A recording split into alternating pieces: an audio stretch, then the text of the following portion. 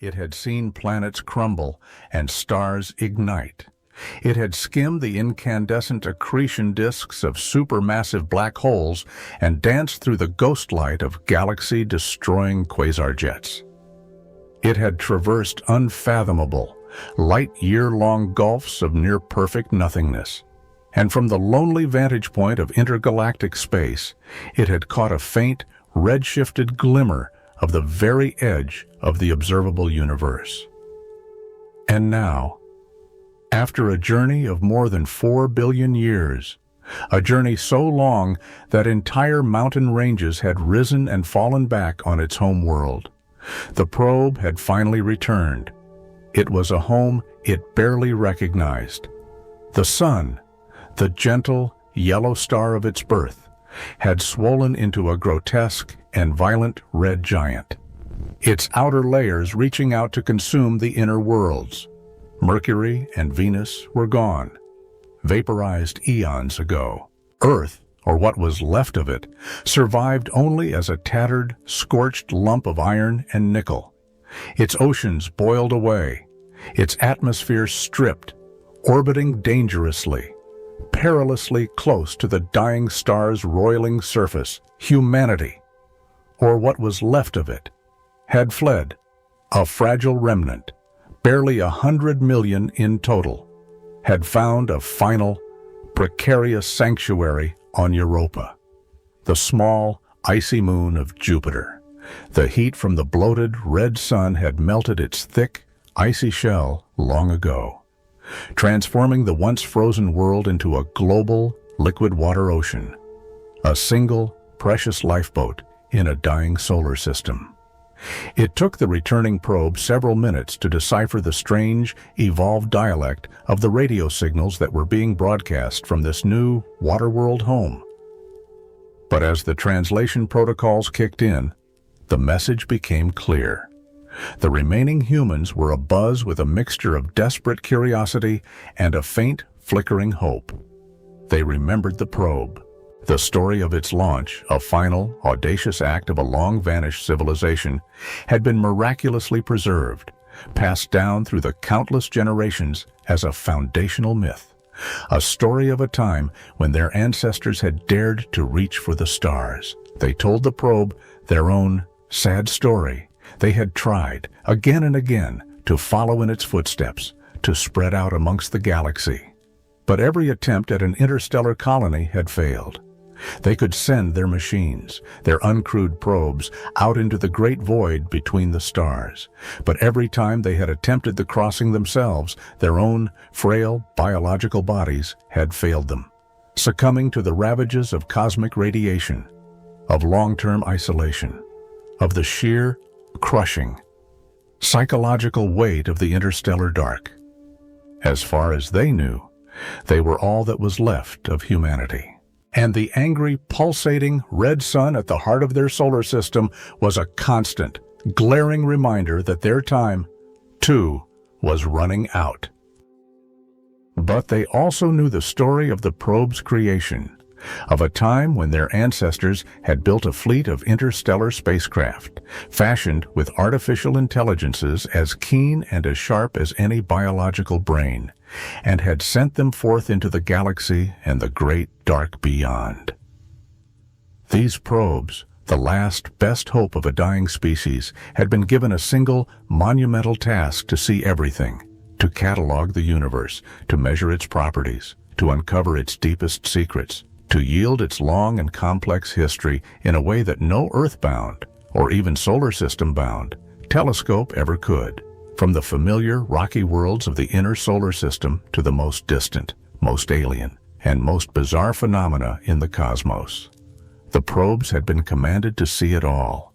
The largest, the smallest, the hottest, the coldest, the most powerful, the strangest, all of it. And all of this searching, all of this cataloging, all of this measuring was to be in service of a single, greater, and more desperate goal: to find a way for humanity to travel beyond its solar prison, to escape its dying sun, and to find a new home among the stars. Over the unfathomable ages, millions of these spacecraft had been launched, a diaspora of silent, intelligent machines sent out into the endless night.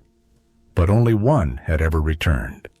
And so, fulfilling the ancient promise of its long-dead creators, the lonely, returning probe, the last, best hope of a species on the brink of extinction, began to tell its multi-billion-year story. It began to relate what it had seen, what it had learned, the extraordinary events it had encountered, the remarkable places it had been. It began to describe everything within the universe. It had called itself Iben Batuta, a name it had chosen for itself from the deep archives of its memory banks, a name taken from a great 14th-century human explorer who had, in his own terrestrial way, pushed the boundaries of the known world. The original Iben Batuta had traveled for 3 decades, covering over 117,000 kilometers, traversing the entire known Islamic world of his time, a journey that had dwarfed the exploits of other, more famous explorers like Marco Polo. The spacecraft knew that such a name synonymous with relentless, curiosity-driven exploration, would be a fitting one for its own, much grander journey into the seemingly endless black. But before it could begin its true interstellar voyage, it had to prove its worth.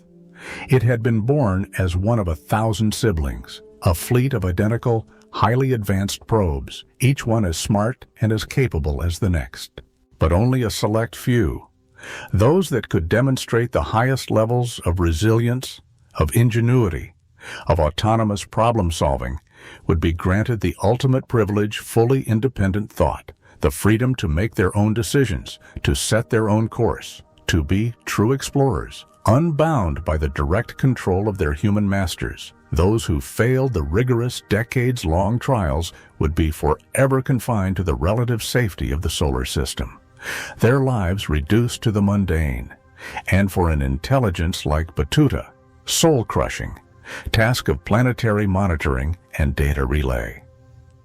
Batuta had to show its creators that it could not only survive the harsh and unpredictable conditions of the wider universe, but that it could also think like a scientist, that it could concoct clever and original experiments to divine nature's most closely held secrets.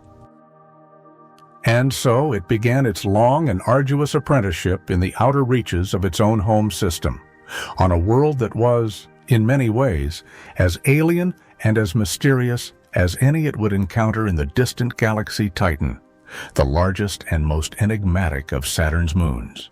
Titan was a world of ghosts and shadows, a place of deep, cold mystery, a world that had fascinated humanity since its discovery in 1655 by the pioneering Dutch astronomer Christian Huygens. Huygens himself, a central figure in the scientific revolution, was one of the first to speculate, in a rigorous scientific way, about the possibility of life on other worlds. Some planets, he wrote, might be capable of accommodating several species of rational creatures possessed of different degrees of reason and sense. Little did he know that the faint, fuzzy dot he had discovered orbiting Saturn would one day become one of the most tantalizing candidates in our search for a second Genesis. Centuries later, in 2005, humanity made its first, and so far only, direct contact with this strange, orange world. A small, 3-meter-wide probe, named appropriately enough, the Huygens probe, detached itself from its mothership, the Cassini spacecraft, and began a 22-day coast towards Titan.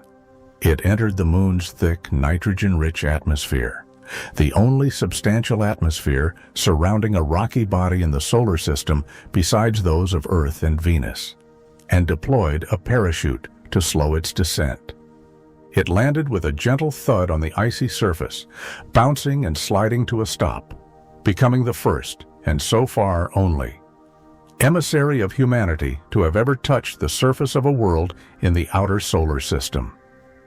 For Batuta, the Huygens probe was a heroic and inspirational ancestor, a pioneer that had opened the door to a world unlike any other we had ever known. Titan is a world of breathtaking and deeply alien beauty, 50% larger than our own moon and 80% more massive. It is a world of rock and ice, shrouded in a thick organic haze that gives it a ghostly orange glow. Its surface pressure is 50% greater than Earth's, and its temperature hovers at a frigid -180 degrees Celsius. And yet, for all its alienness, Titan shares one remarkable and profound feature with our own planet, a feature that is found nowhere else in our solar system. It has liquid on its surface. Titan has rivers. It has lakes. It has seas. It has deltas and estuaries.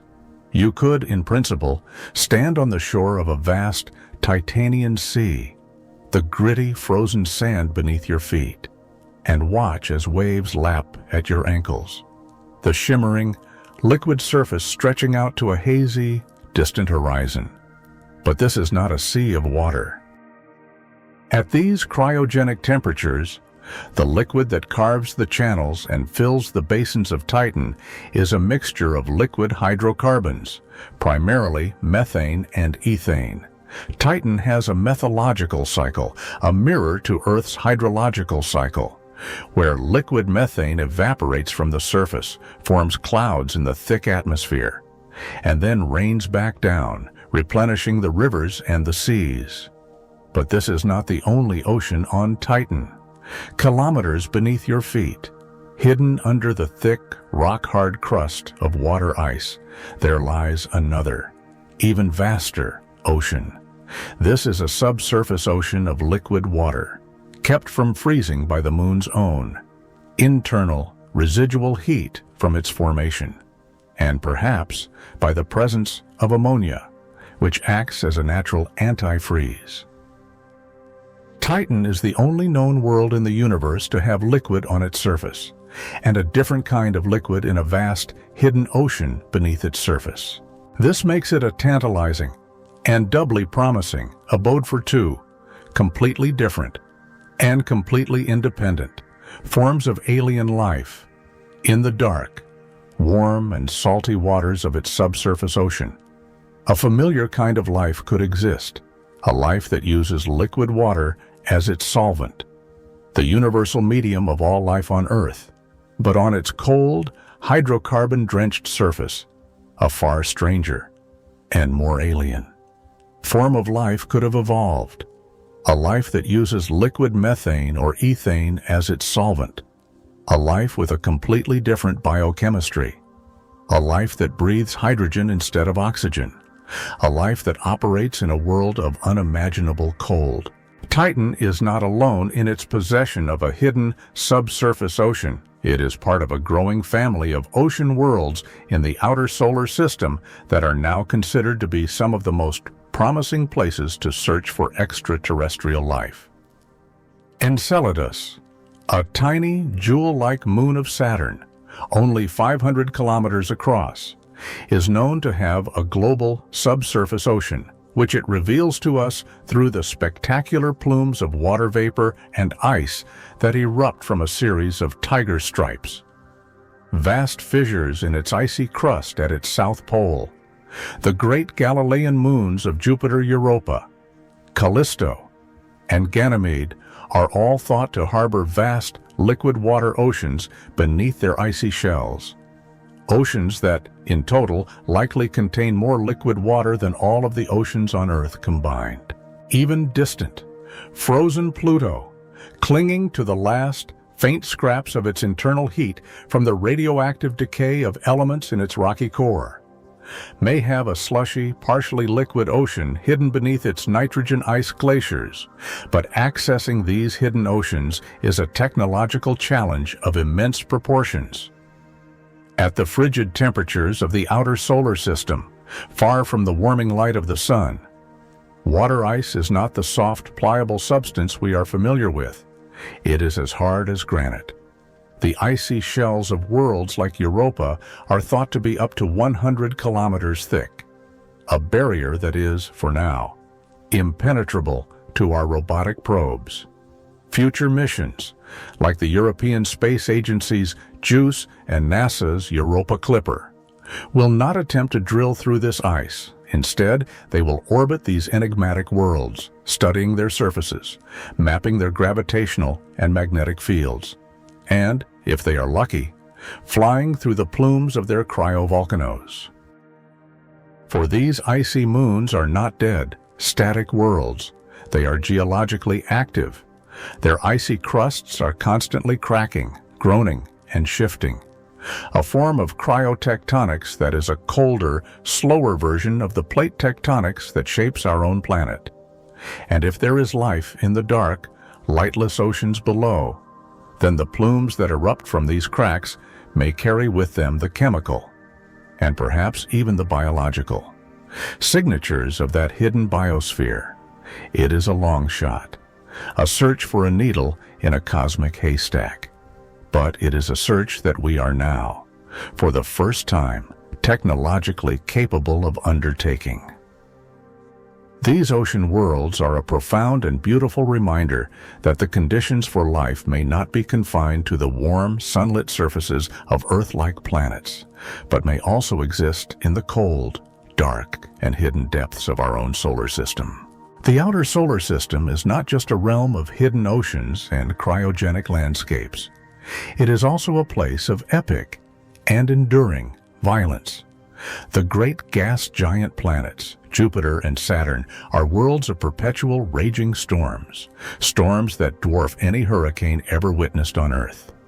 The most famous of these is Jupiter's Great Red Spot, a magnificent, swirling, crimson vortex that has been raging in the planet's southern hemisphere for at least 3.5 centuries. It was first observed in the 17th century by the great astronomers of the scientific revolution, including Robert Hooke and Giovanni Cassini. At its largest known extent, in the late 19th century, it was a colossal storm, so vast that it could have swallowed the entire planet Earth 3 times over. Today, it has shrunk somewhat, but it is still a storm of unimaginable proportions, with wind speeds of over 400 kilometers per hour. But is it the same storm that Cassini observed in 1665? Recent studies of the historical records have suggested that it may not be. The original storm may have dissipated, and the one we see today may be a new, distinct storm that formed less than 200 years ago. Though iconic, the Great Red Spot is far from a permanent feature of the Jovian landscape. This and all the other storms on Jupiter are not powered by the heat of the Sun, which is a feeble, distant light at Jupiter's orbit. They are powered by the planet's own internal heat. Jupiter radiates more heat into space than it receives from the Sun. This heat is a leftover relic from the planet's formation, some 4.5 billion years ago. It is the heat of gravitational collapse, a process known as the Kelvin-Helmholtz mechanism. As the giant planet slowly cools, it shrinks by a tiny amount. And as it shrinks, the immense pressure in its interior compresses the gas, heating it up. This heat then slowly radiates away from the planet's surface, allowing it to shrink a little more, in a self-sustaining process that will keep the planet's interior hot for billions of years to come. The Great Red Spot is not the only spectacular storm in our solar system. The Cassini spacecraft, during its 13-year mission orbiting Saturn, captured a stunning and deeply mysterious image of the planet's North Pole, a gigantic, almost perfect hexagon. This is not some alien artifact. It is a natural, meteorological phenomenon, a standing wave pattern in the high-speed jet stream that circles the pole. The winds in Saturn's atmosphere do not blow at the same speed at all latitudes, and this differential rotation creates a series of smaller cyclones that, through a complex and still not fully understood fluid dynamic process, organize themselves into this stable, hexagonal pattern. A vast geometric storm, large enough to contain the Earth, a beautiful and ordered structure born from the underlying chaos of the planet's turbulent atmosphere. And as spectacular as these surface storms are, they are likely just the tip of the iceberg. The deeper you were to plunge into the atmospheres of Jupiter or Saturn, the more violent and extreme the conditions would become. It is a journey that would require a spacecraft far beyond our current engineering capabilities. But if we could take such a journey, we would encounter a truly bizarre and truly alien form of matter. On Earth, hydrogen is a gas. With a great deal of effort, we can cool it down to just 20 degrees above absolute zero and turn it into a liquid. But in 1935, the physicists Eugene Wigner and Hillard Bell Huntington predicted that under conditions of extreme pressure, hydrogen should undergo a radical phase transition. At a pressure of around 4 million times the atmospheric pressure at sea level on Earth, the hydrogen atoms themselves would be crushed. Their single electrons would become detached, free to roam through the material, while the protons would organize themselves into a regular crystal-like lattice. This is the very definition of a metal.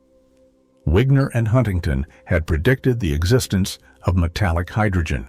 In 1935, this was a purely theoretical speculation, but it turns out that the deep interiors of Jupiter and Saturn have more than enough pressure to create this exotic state of matter. We do not yet know how deep this mantle of metallic hydrogen goes, but it is thought to make up the vast bulk of the volume of these giant planets. This means that most of the planetary material in our entire solar system is not in the form of rock, or gas, or ice, but is in a strange, exotic, metallic state that is completely inaccessible to our direct experience on Earth.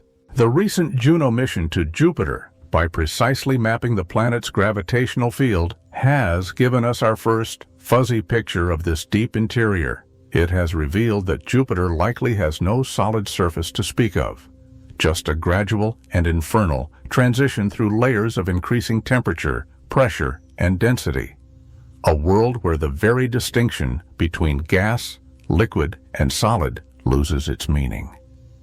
And so, after a century of painstaking exploration, a century of proving its worth, of demonstrating its ingenuity and its resilience in the face of the myriad wonders and dangers of its own home system, Batuta had finally been granted its freedom. It turned its powerful engines towards the endless, star-dusted black and set its course for the great dark gulf between the stars. As it did so, it considered the sacrifices of the heroic, and often ill-fated, probes that had come before it, the Cassini, the Huygens, the Juno, and it thought too of their even more ancient predecessors, the two small, simple probes that had been launched by NASA decades before. The two probes that had been the very first to leave the cradle of the sun, the Voyagers. They had passed far beyond the orbits of Jupiter and Saturn, far beyond the outer worlds, far beyond the protective bubble of the sun's influence, and into the true, dark frontier of interstellar space. Batuta knew that as strange and as extreme as its own solar system was, it was not, by a long shot, the strangest or most extreme of the systems out there. There were weirder and far more dangerous places to be found in the galaxy, but to get to them, to explore their beauty and to understand their secrets, Batuta would first have to cross the great and lonely abyss between the stars.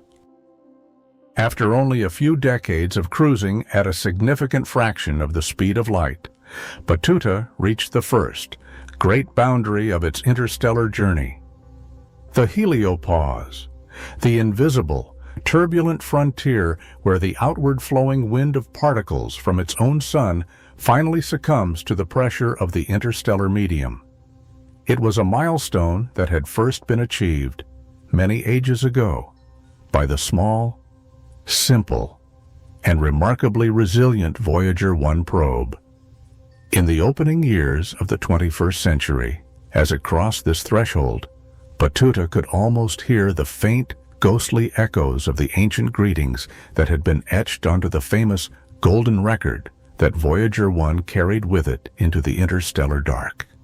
The record, a beautiful and poignant compilation of the sights and sounds of planet Earth, had been hastily assembled in the summer of 1977, just before the probe's launch, by a team led by the great scientist and science communicator, Carl Sagan.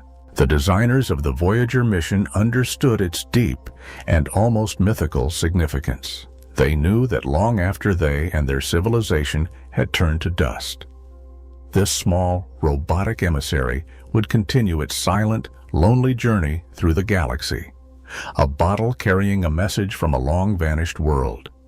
Sagan himself, in musing on the probe's ultimate fate, captured the profound and almost heartbreaking beauty of the mission. "Perhaps the records will never be intercepted," he wrote. "Perhaps no one in 5 billion years will ever come upon them. In 5 billion years, all human beings will have become extinct or evolved into other beings. None of our artifacts will have survived on Earth. The continents will have become unrecognizably altered or destroyed. And the evolution of the sun will have burned the Earth to a crisp or reduced it to a world of atoms. Far from home, untouched by these remote events, the Voyagers, bearing the memories of a world that is no more, will fly on." The mission, however, had almost ended in disaster. Early in its journey, Voyager 1's scan platform, the moving arm that held its cameras and other instruments, jammed, robbing the probe of its ability to point and to see. For years, the mission controllers on Earth fretted and worried that all their efforts would be for naught. But through a series of clever and patient engineering tricks, by gently waggling the platform back and forth, they were eventually able to free it, and the mission was saved. And what a mission it was! Voyager 1 and its twin, Voyager 2, gave humanity its first close-up, high-resolution view of the great outer planets of our solar system. The mission had taken advantage of a rare and beautiful celestial alignment, a grand tour configuration of the planets that occurs only once every 176 years. By carefully choreographing their trajectories, the probes were able to use the gravity of each giant planet to slingshot themselves onto the next, stealing a tiny amount of each planet's orbital momentum and adding it to their own. A cosmic game of gravitational billiards that gave them more than enough speed to escape the sun's gravitational pull forever. After their final planetary encounters, the Voyagers were left to their own devices, 2 tiny silent ships, coasting out into the vast, dark ocean of the galaxy. Their trajectories now governed only by the gentle, collective pull of the Milky Way itself, orbiting the galactic center just like every other star. But Batuta had other plans. It was not content to be a passive drifter on the cosmic currents. Its mission was to explore, to discover, to understand. It had been aimed in a general direction, towards the rich and dense star fields of the inner galaxy. But its first specific target was yet to be decided. It had time. The journey through the vast, sparsely populated outskirts of the solar system would take many thousands of years.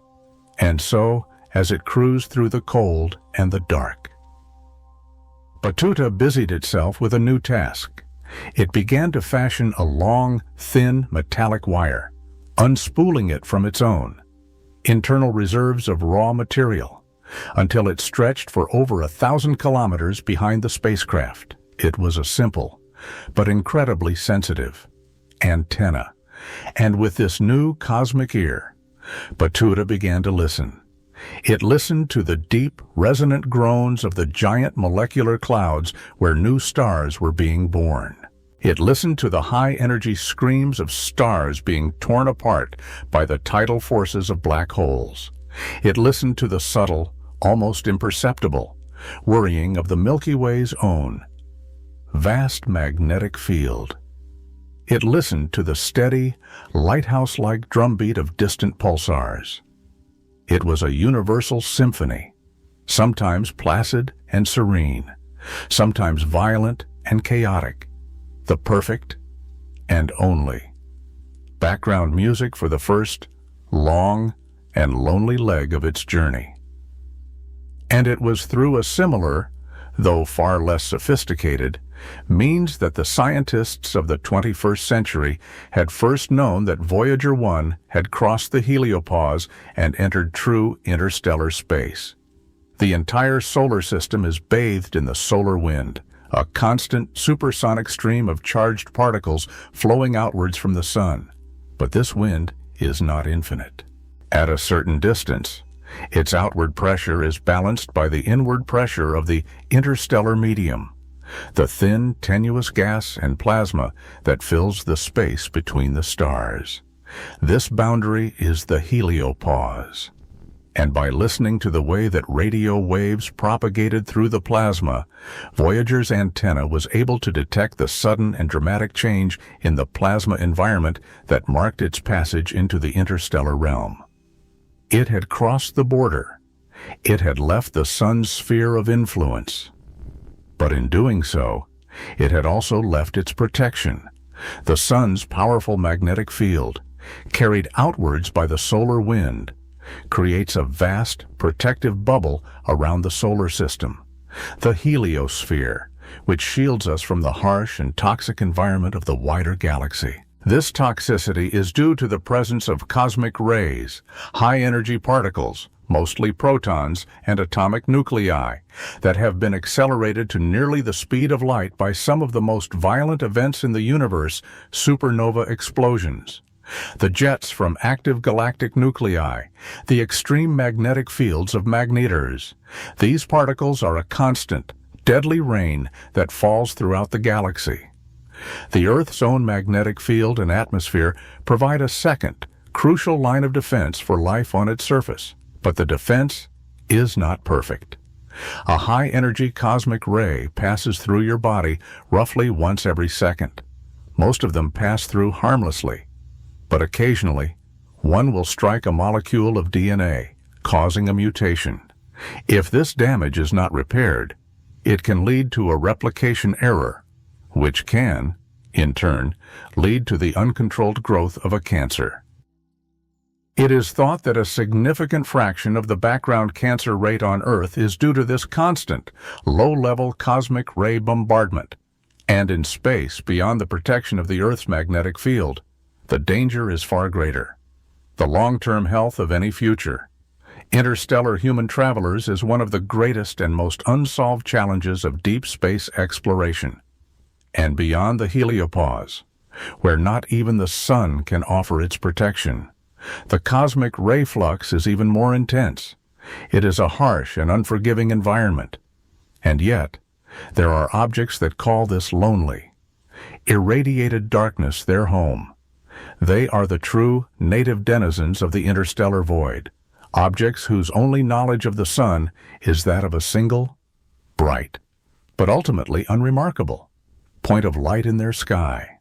In the year 1929, a young, self-taught astronomer from a poor farming family in Kansas named Clyde Tombaugh was working at the Lowell Observatory in Arizona. He had been hired to conduct a painstaking and often tedious search for a hypothetical planet X, a ninth planet that was thought to be perturbing the orbit of Neptune. He had been at the task for a year and was beginning to lose hope. A senior astronomer at the observatory, taking pity on him, offered a piece of well-meaning, but ultimately misguided, advice. "Young man," he said, "I'm afraid you are wasting your time. If there were any more planets, they would have been found long before this." A year later, in 1930, Tombaugh discovered Pluto. For 75 years, Pluto was hailed as the ninth planet, the lonely outermost sentinel of our solar system. But in the 1990s, a new and far richer picture of the outer solar system began to emerge.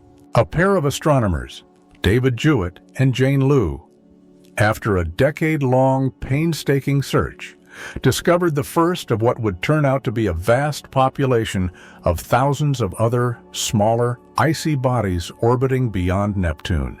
This is the Kuiper belt, a vast, donut-shaped reservoir of primordial, icy planetesimals, the leftover building blocks of the outer planets. And beyond the Kuiper belt lies the scattered disk. an even more extended and sparsely populated region of icy bodies whose eccentric orbits have been shaped by gravitational interactions with Neptune. These trans-Neptunian objects, or TNOs, are the source of the short-period comets, like Halley's Comet, that make regular and relatively frequent visits to the inner solar system. In 2019, we got our first close-up look at one of these small primordial worlds when the New Horizons spacecraft, after its historic flyby of Pluto, continued on to encounter a small 20-kilometer-long TNO named Arrokoth. The images revealed a strange and beautiful object, a contact binary, two smaller icy bodies that had gently collided in the early solar system and had stuck together, their ices melting and then refreezing to form a weak cosmic glue that had held them in a delicate embrace for billions of years. But this is not the end of the solar system.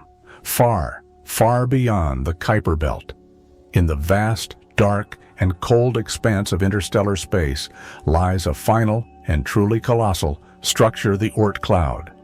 This is a vast spherical cloud of trillions of icy bodies, the source of the long-period comets, those that take thousands, or even millions, of years to complete a single orbit around the Sun.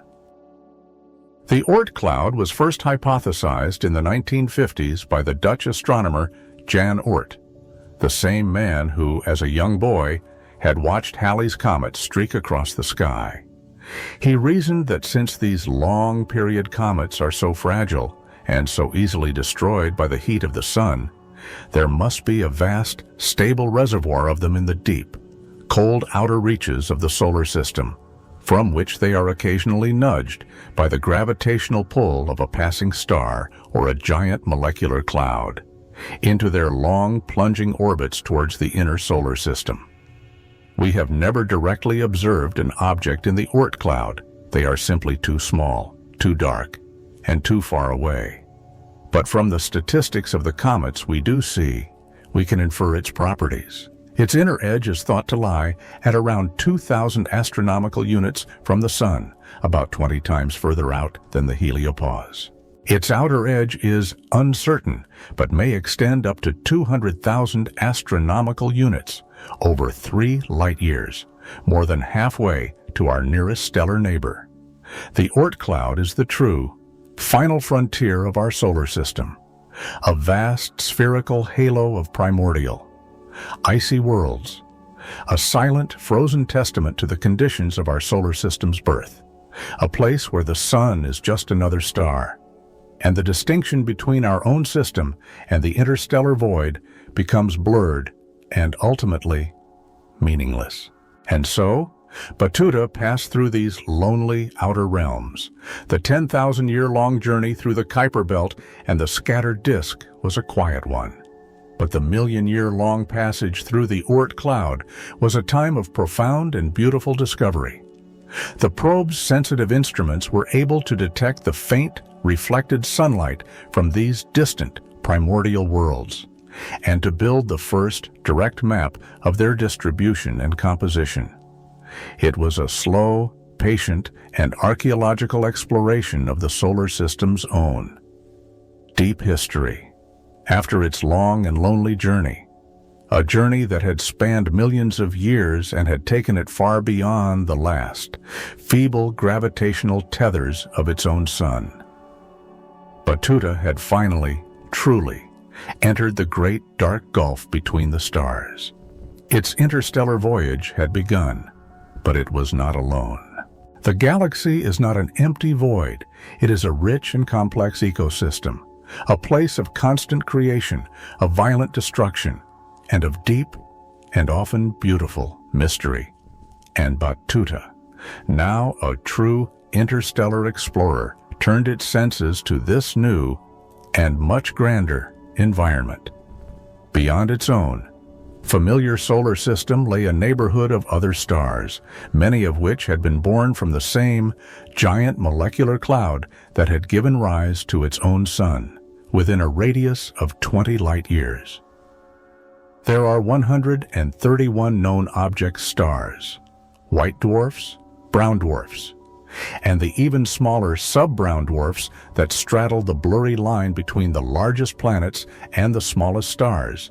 Proxima Centauri is currently our nearest neighbor, but this is a temporary arrangement. All the stars in our local neighborhood, including our own sun, are in constant and slightly chaotic motion, orbiting the galactic center while also drifting in their own random directions.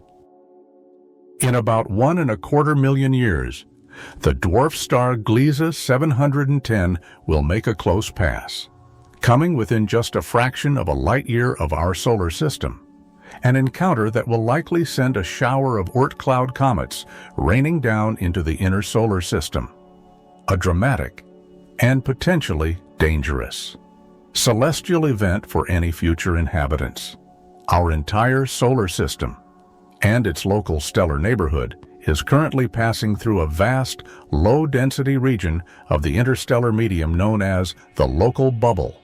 This bubble, about 1,000 light-years across, was likely carved out millions of years ago by the powerful collective winds and supernova explosions of a cluster of massive stars.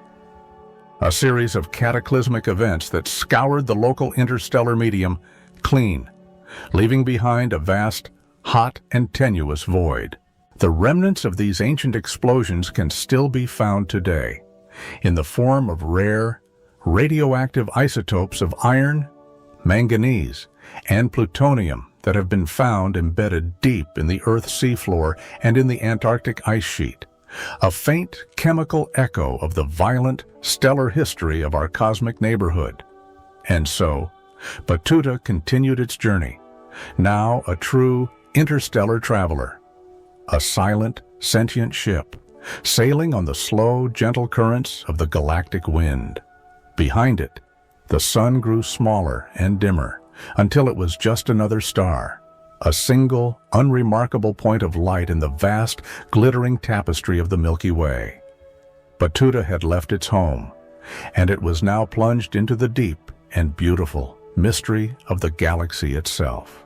After a journey of 100,000 years, a journey that had carried it across the vast and largely empty expanse of the local bubble, Batuta made a decision.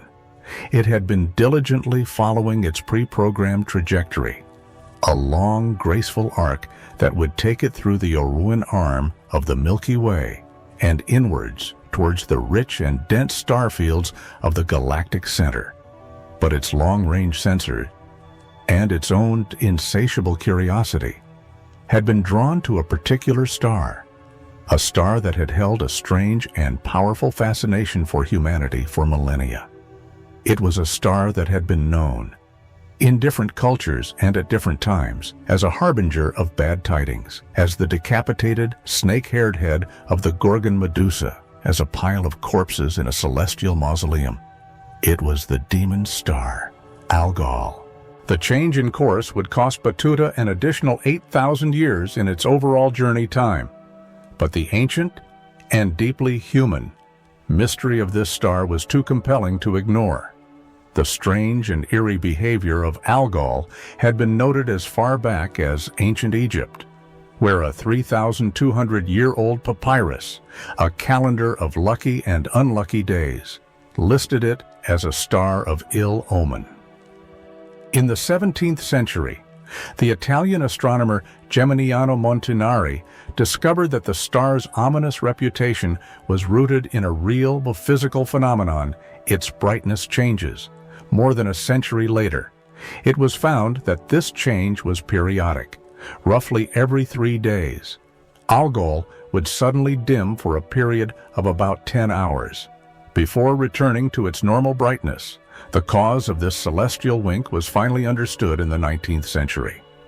Algol is not a single star, but a binary star system, a close pair of stars orbiting a common center of mass. The dimming occurs when the fainter companion star passes in front of the brighter primary star from our point of view, a celestial event known as an eclipsing binary. But this simple, elegant explanation hid a deeper and more violent story. When astronomers were finally able to measure the properties of the two stars, They found a paradox. The larger, more massive star, Algol A, is a hot, blue, main-sequence star, still in the prime of its life, fusing hydrogen into helium in its core, its smaller, less massive companion. Algol B, however, is a more evolved, subgiant star, a star that has already exhausted the hydrogen in its core and is nearing the end of its life. This is the exact opposite of what stellar evolution theory predicts. More massive stars burn through their fuel much faster than less massive stars. Algol A, being the more massive of the pair, should have been the first to evolve off the main sequence. The solution to this Algol paradox is a process of stellar vampirism. The two stars were indeed born at the same time, and initially Algol B was the more massive of the pair. It therefore evolved faster, and as it reached the end of its main sequence life, it swelled up to become a red giant. Its outer atmosphere expanded so much that it overflowed its Roche lobe, the region of space around a star in a binary system within which material is gravitationally bound to that star. This allowed it smaller, but still gravitationally powerful. Companion, Algol A, to begin siphoning off the hydrogen from its outer layers. Over millions of years, a vast amount of mass was transferred from Algol B to Algol A, reversing their mass ratio and creating the paradoxical configuration we see today. The demon star is a cannibal. Algol is just one of a vast and diverse population of multiple star systems that are now known to be common throughout the galaxy. In fact, it is thought that at least half of all Sun-like stars are in binary or multiple systems. These systems come in a dizzying array of configurations, from simple, wide binaries to complex, hierarchical systems of up to 9 stars, all locked in an intricate, gravitational dance.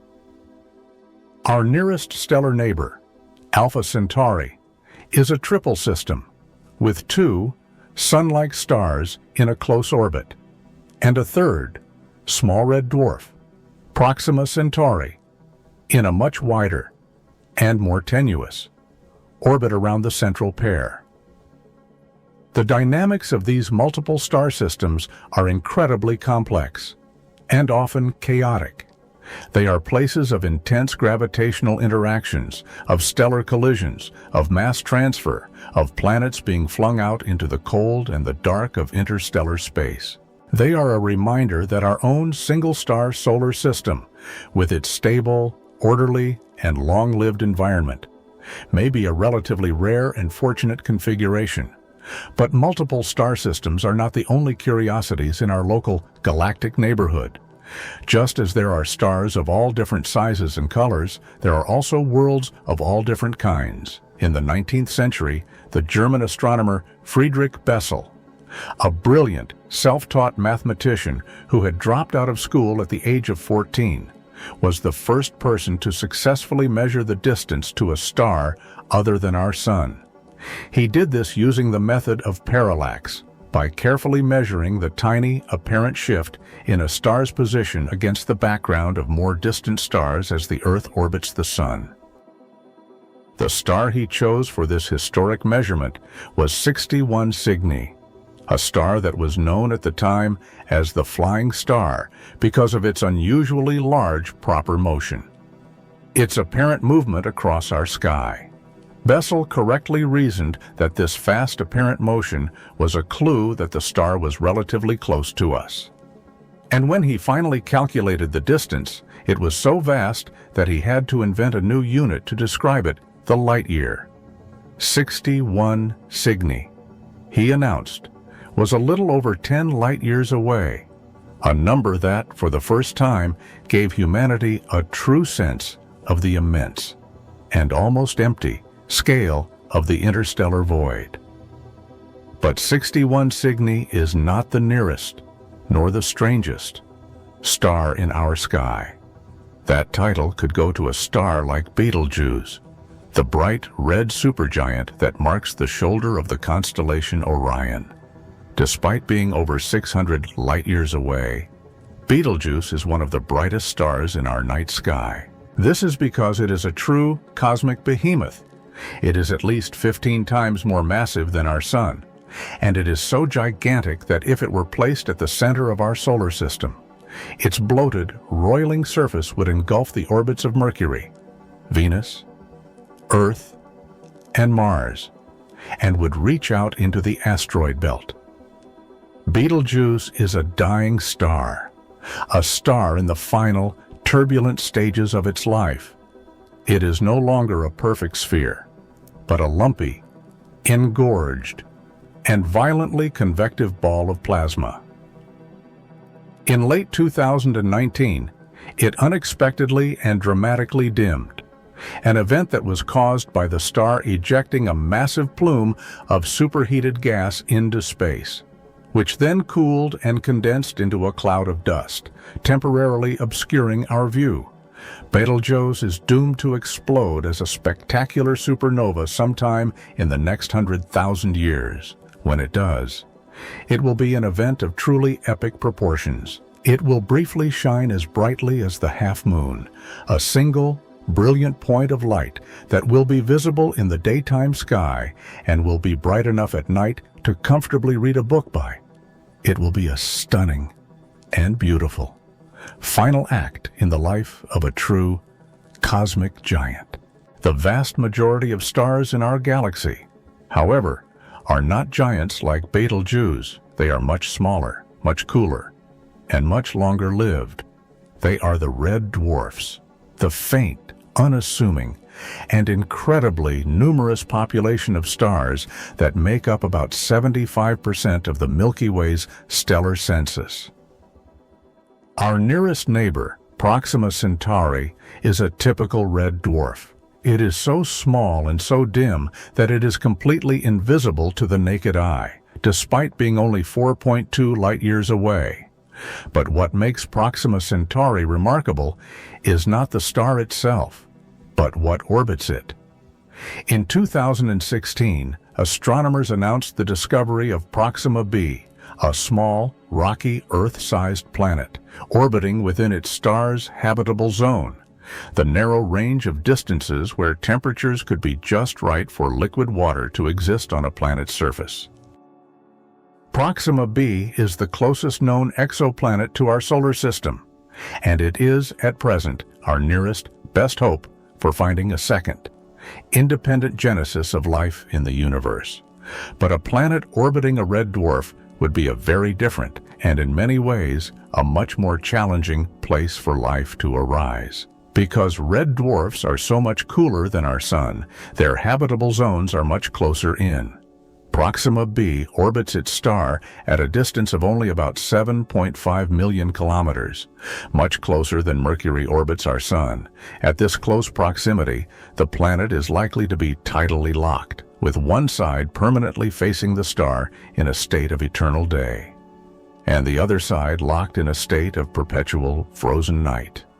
Life, if it exists, would have to cling to a narrow terminator zone, a twilight ring of perpetual dawn and dusk that circles the planet.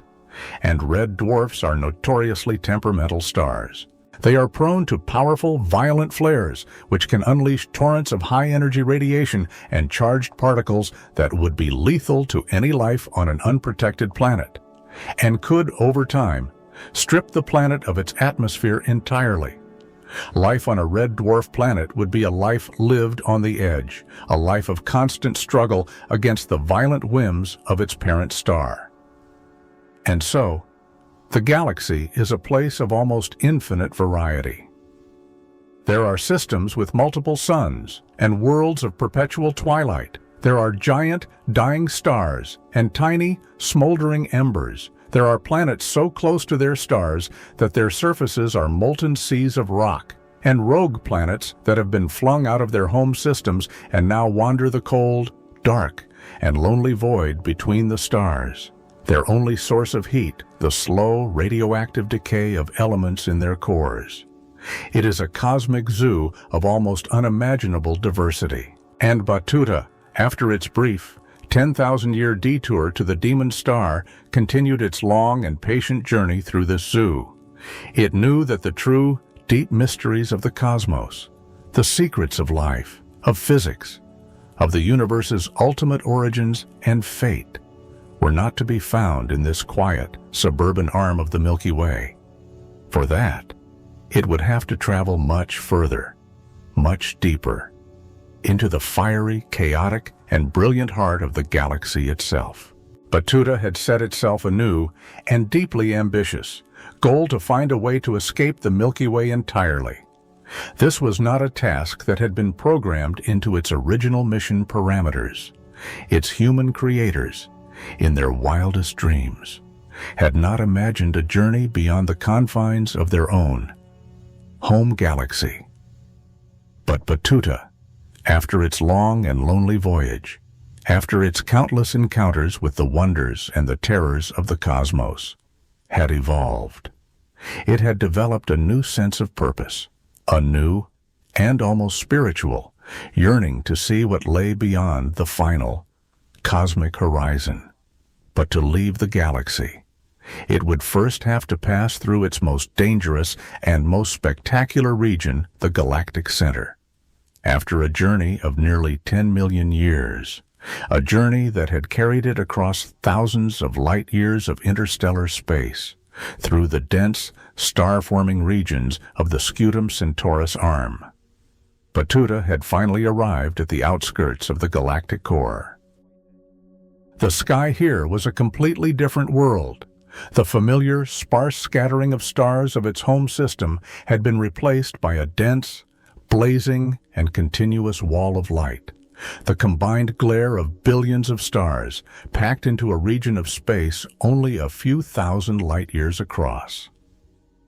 The galactic core is an elongated, bar-shaped structure, a place of intense star formation, of powerful magnetic fields, and of extreme, chaotic gravitational dynamics. And at its very heart, hidden behind thick, obscuring clouds of gas and dust, lay the ultimate destination of Batuta's galactic pilgrimage, Sagittarius A, the supermassive black hole that sits at the center of the Milky Way. But as it prepared for this final, dangerous leg of its journey, Batuta was reminded that it was not the only sentient, robotic explorer in this vast and ancient galaxy. Somewhere in the Norma arm, some 5,000 light-years behind it, Batuta's sensitive, long-range radio antennas had detected a faint and distinctly artificial, staccato signal. It was not a pulsar. The spectral signature was wrong. The rhythm was too complex, too structured. It was a signal of the kind that Batuta itself might have created. A message, a greeting. And so, before it plunged into the chaos of the galactic core, Batuta decided to leave a message of its own, a cosmic cairn, a signpost for any other traveler who might one day pass this way. It spent the next 10,000 years carefully and patiently manipulating the orbits of the planets in a long-dead, lifeless star system, causing them to spiral into their parent star. The result was a dramatic and unnatural increase in the star's metallicity, a sudden and anomalous spike in its abundance of heavy elements. It was a signal that would be visible to any sufficiently advanced astronomical survey. For millions of years to come, a quiet and beautiful piece of stellar graffiti, a message that simply said, "I was here." And so now, its message sent, its long journey through the spiral arms complete, Batuta finally turned its attention to the dark, galactic heart. It had spent nearly 10 million years in transit, a timescale that was almost incomprehensible to the short-lived biological beings who had created it. It had seen stars that were almost as old as the universe itself, and it felt, in its own silicon-based way, a sense of its own, growing antiquity. And yet, it knew that its own long life was but a fleeting instant compared to the age of some of the true, ancient denizens of the galaxy, the firstborn stars that had witnessed the cosmic dawn. One of the most famous of these is a star that human astronomers had nicknamed Methuselah, after the biblical patriarch who was said to have lived for 969 years. The star's official designation is HD 140,283, and it is a relatively nearby and unassuming subgiant star. But when astronomers first managed to get a precise measurement of its age, they were shocked. The initial estimates suggested that the star was over 14 billion years old, seemingly older than the universe itself. This was a paradox that threatened to overturn our entire understanding of cosmology. But the solution to the riddle of Methuselah, as is so often the case in astronomy, lay not in a flaw in our theories, but in the uncertainties of our measurements. Estimating the age of a single, isolated star is an incredibly difficult and imprecise science. It relies on a complex and often model-dependent analysis of the star's brightness, its temperature, its chemical composition, and its motion through the galaxy. Later, more refined measurements of Methuselah have brought its age down to a value that is consistent with the age of the universe, albeit with large error bars. There is no doubt that the star is ancient, one of the oldest known stars in our galaxy. But it is not a paradox, and it is not even, in all likelihood, one of the true first-generation stars. Methuselah is what astronomers call a population 2 star. This classification scheme, which divides stars into three broad populations based on their age and chemical composition, was first developed in the 1940s by the German-American astronomer Walter Baade. During the Second World War, the city of Los Angeles was subject to a series of strict wartime blackouts designed to protect it from potential nighttime attacks by Japanese submarines. For Baade, who was working at the Mount Wilson Observatory in the hills above the city, this was a scientific opportunity of a lifetime. The reduced light pollution allowed him to take the clearest, deepest images ever made of the neighboring Andromeda galaxy. And in those images, he was able to resolve individual stars and to distinguish between two distinct stellar populations.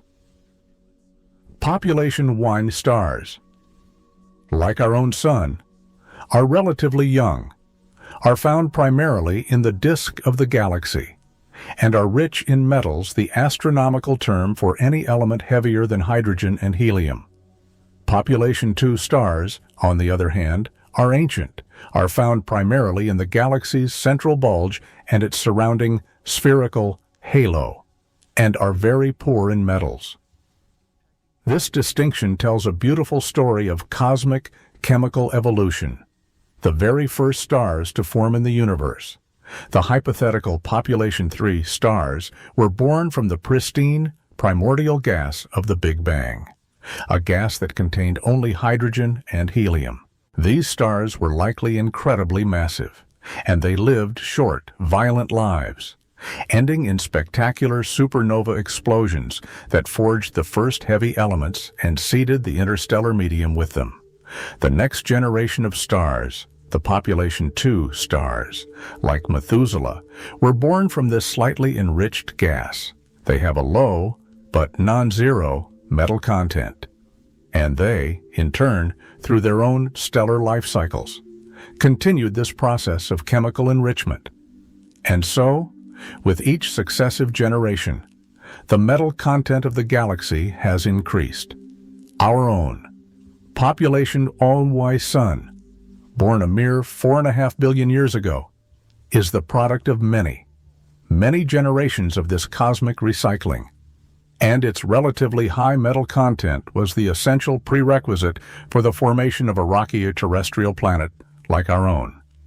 The true firstborn. Population 3 stars have never been directly observed. Their immense mass meant that they burned out and died long ago, in the first few 100 million years of the universe's history. But their light, stretched and redshifted by 13 billion years of cosmic expansion, is still traveling towards us. and the James Webb Space Telescope, with its incredible infrared sensitivity, is now, for the first time, giving us the chance to see it, to capture the faint, ancient glow of the cosmic dawn, and to witness the birth of the very first stars. The life cycle of a star is a dramatic story, a story of a long, and often violent, battle between the inward pull of gravity and the outward push of nuclear fusion. The final act of this story depends, almost entirely, on a single parameter, the star's initial mass. The smallest stars, the red dwarfs, are the most frugal of cosmic beings. They sip their hydrogen fuel so slowly that they can live for trillions of years, far longer than the current age of the universe. When they finally do run out of fuel, they will simply, quietly, and gently fade away, becoming cold, dark embers known as black dwarfs. Medium-sized stars, like our Sun, have a much more dramatic fate. When they exhaust the hydrogen in their cores, they will swell up to become enormous red giants. Our own Sun, in about 5 billion years, will expand to engulf the orbits of Mercury and Venus, and will likely boil away the oceans and atmosphere of the Earth. After this red giant phase, the star will shed its outer layers, creating a beautiful, glowing, and short-lived structure known as a planetary nebula. At the center of this nebula will be the star's hot, dense, and slowly cooling core, a white dwarf. A white dwarf is an object of incredible density. It has the mass of a sun, but it has been compressed into a volume the size of the Earth. A single teaspoon of white dwarf material would weigh several tons. It is an object that is no longer powered by nuclear fusion. It is a stellar corpse, supported against the crush of its own gravity by a quantum mechanical phenomenon known as electron degeneracy pressure. The electrons in the white dwarf are packed so tightly together that the Pauli exclusion principle, which forbids two electrons from occupying the same quantum state, creates a powerful outward pressure that halts any further gravitational collapse. But even this powerful quantum pressure has its limits. If a white dwarf is in a close binary system, it can, like Algol, begin to siphon material from its companion star. If it accretes enough mass to push it over a critical limit, the Chandrasekhar limit, which is about 1.4 times the mass of our Sun, the electron degeneracy pressure will no longer be strong enough to support it. The white dwarf will begin to collapse, and this collapse will trigger a runaway thermonuclear explosion that will completely obliterate the star in a cataclysmic event known as a Type Ia supernova. These are the supernovae that are used as standard candles to measure the expansion of the universe. They are events of incredible power, briefly outshining their entire host galaxy. But for the most massive stars, those that are born with more than about 8 times the mass of our Sun, the end is even more spectacular and even more violent. These stars do not end their lives as white dwarfs. They have enough mass to ignite the fusion of heavier and heavier elements in their cores: carbon, oxygen, neon, silicon. But this process cannot go on forever. When the core is finally converted into iron, the nuclear fusion process stops. The fusion of iron does not release energy, it absorbs it. The star has run out of fuel. The outward pressure of radiation ceases, and gravity, the patient and ultimately victorious enemy, wins. The iron core collapses catastrophically in a fraction of a second, from the size of the Earth to the size of a city. The temperature and density skyrocket. The protons and electrons in the core are squeezed together to form a super-dense ball of neutrons. The rest of the star, which is now in freefall, comes crashing down onto this newly formed, incredibly hard neutron core and bounces off, creating a powerful shockwave that rips through the outer layers of the star, tearing it apart in a titanic explosion known as a core collapse or Type II supernova.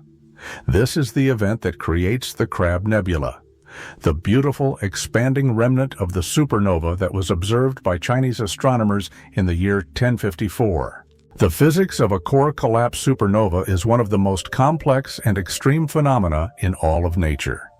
The moment of core bounce, when the infalling material hits the hard neutron core, is not in itself powerful enough to blow the star apart. The shockwave stalls, its energy sapped by the dense, overlying layers of the star. For decades, this was a major puzzle in astrophysics. How do these massive stars actually explode? The answer, we now believe, lies in a tiny, almost massless, and incredibly elusive particle. The neutrino, in the incredible, high-density environment of the collapsing core. A vast number of neutrinos are produced. In fact, over 99% of the immense energy of the supernova is carried away not by the light of the explosion, but by these ghostly, weakly interacting particles. The vast majority of these neutrinos stream out of the star, completely unimpeded. But a small fraction of them, perhaps 1%, are absorbed by the material behind the stalled shockwave. And this tiny fraction is enough. The immense energy of the absorbed neutrinos is what reinvigorates the shock, giving it the powerful outward push it needs to blast through the rest of the star and create the spectacular explosion that we see. The supernova of 1987, a relatively nearby explosion in the Large Magellanic Cloud, gave us our first direct confirmation of this neutrino-driven mechanism. In a deep underground laboratory in Japan, a detector named Kamiokande-2, a vast tank of ultra-pure water surrounded by sensitive light detectors, recorded a brief 12-second long burst of just 25 neutrinos. These were the first, and so far, only, neutrinos ever detected from a supernova explosion.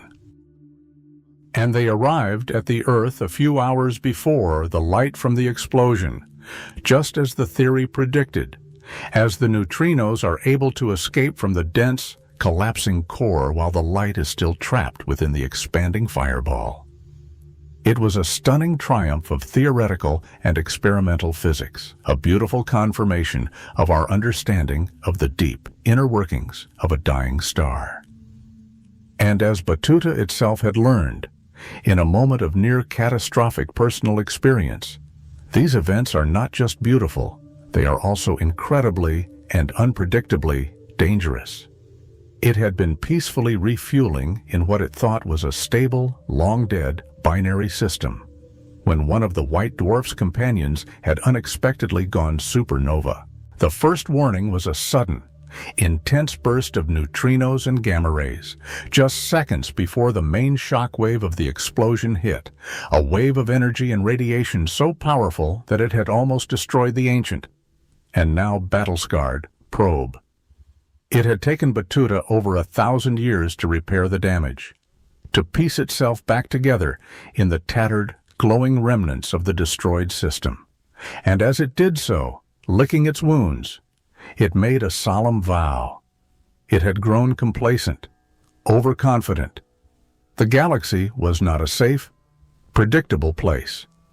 It was time to stop its leisurely, sightseeing tour. It was time to face the final and greatest challenge of its galactic journey. It was time to go to the heart of the beast, to confront the supermassive black hole at the center of the Milky Way, and then, if it survived, to leave its home galaxy forever. After its long and often perilous journey, a journey that had spanned nearly 10 million years and had carried it across the vast, star-dusted spiral arms of the Milky Way. Batuta had finally arrived. It hung on the edge of the abyss. Its sensors trained on the chaotic, brilliant, and terrifying heart of its own home galaxy. Before it lay Sagittarius Ah, the monster, A 4 million solar mass supermassive black hole, a silent, dark maw in the very fabric of space-time. The environment surrounding this beast was a place of unparalleled violence and beauty. The glare of millions of stars, packed into a region only a few light years across, created a celestial city of almost unbearable brightness. Vast clouds of hot, ionized gas swirled in complex, turbulent orbits, their motion dictated by the immense and invisible gravitational pull of the central monster. And from the immediate vicinity of the black hole itself, from the incandescent, swirling accretion disk of matter that was being torn apart and consumed, came a powerful and incessant torrent of radio waves and high-energy radiation. This was the most continuously energetic place in the entire galaxy. And beneath it all, under the maelstrom of plasma, under the flood of radiation, lay the black heart itself, the event horizon, a perfect spherical, one-way membrane, cutting off the interior of the black hole from the rest of the known universe. For a brief and tantalizing moment, Batuta was tempted to take the final plunge, to cross that silent, dark threshold, and to see for itself what lay within. Its creators had died without ever having cracked the riddle of quantum gravity, without a theory that could describe the infinitely dense and infinitely mysterious singularity that lay at the heart of every black hole. The answer was there, hidden in the silent, dark depths of the beast. But it was a trap. Batuta knew that if it were to send itself, or even a small, unmanned probe, across that horizon, it might learn nature's ultimate secret. But it would never be able to return, never be able to tell anyone what it had found. The information would be lost to the outside universe forever.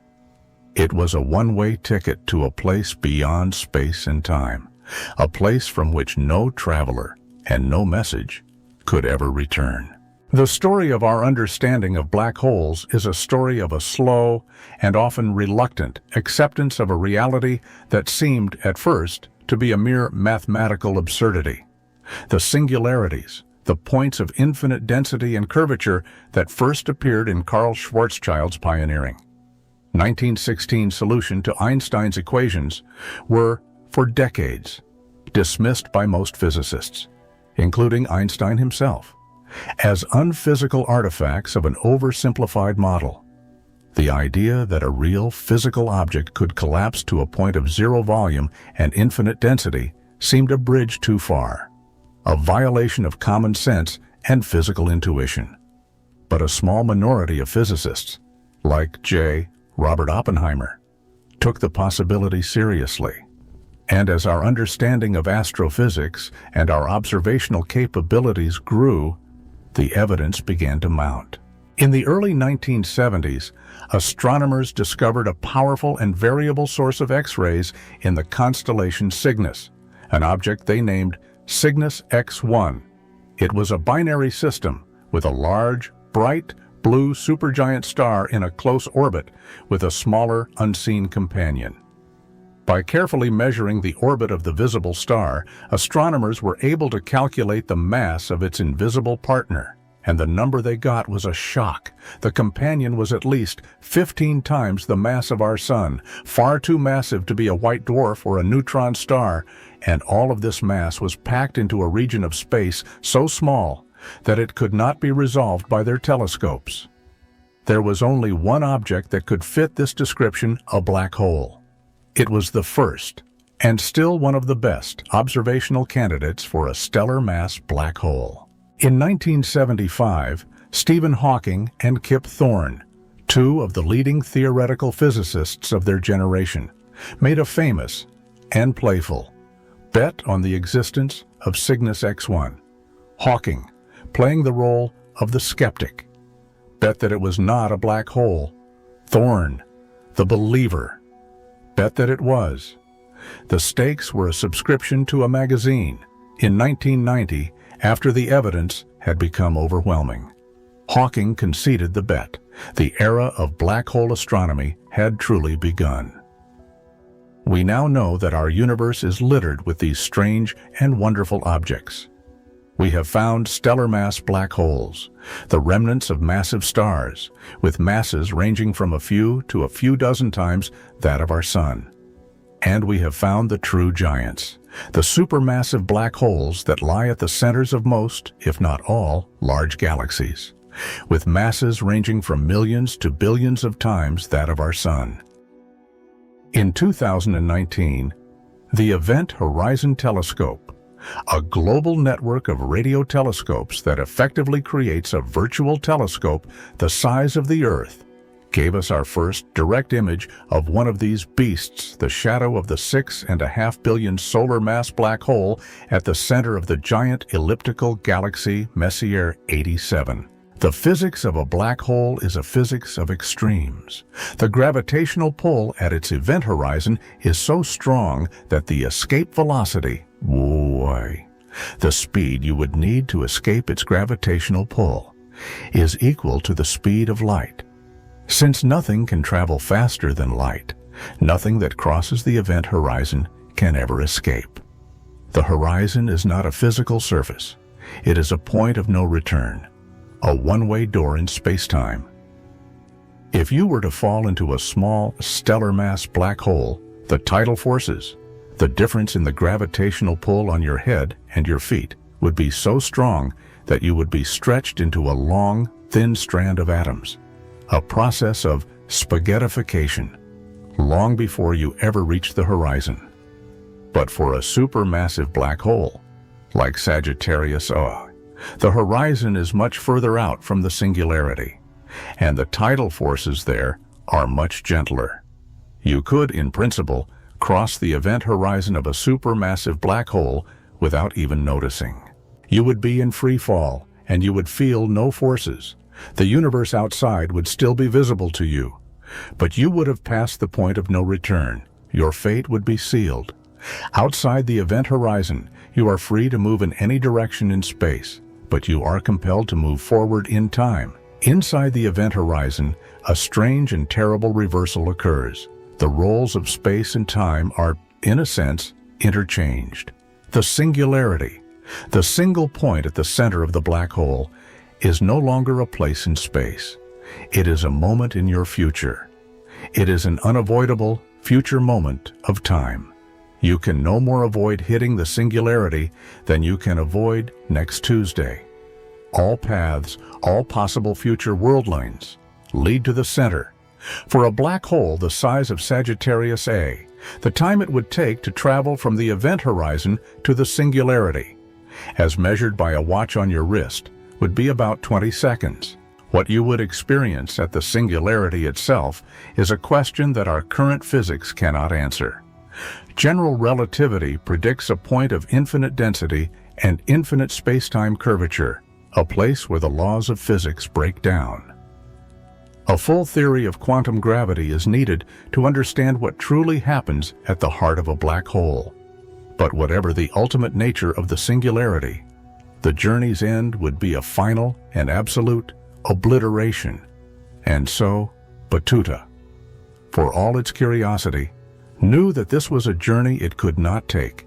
Its mission was to return, to report, to save its creators.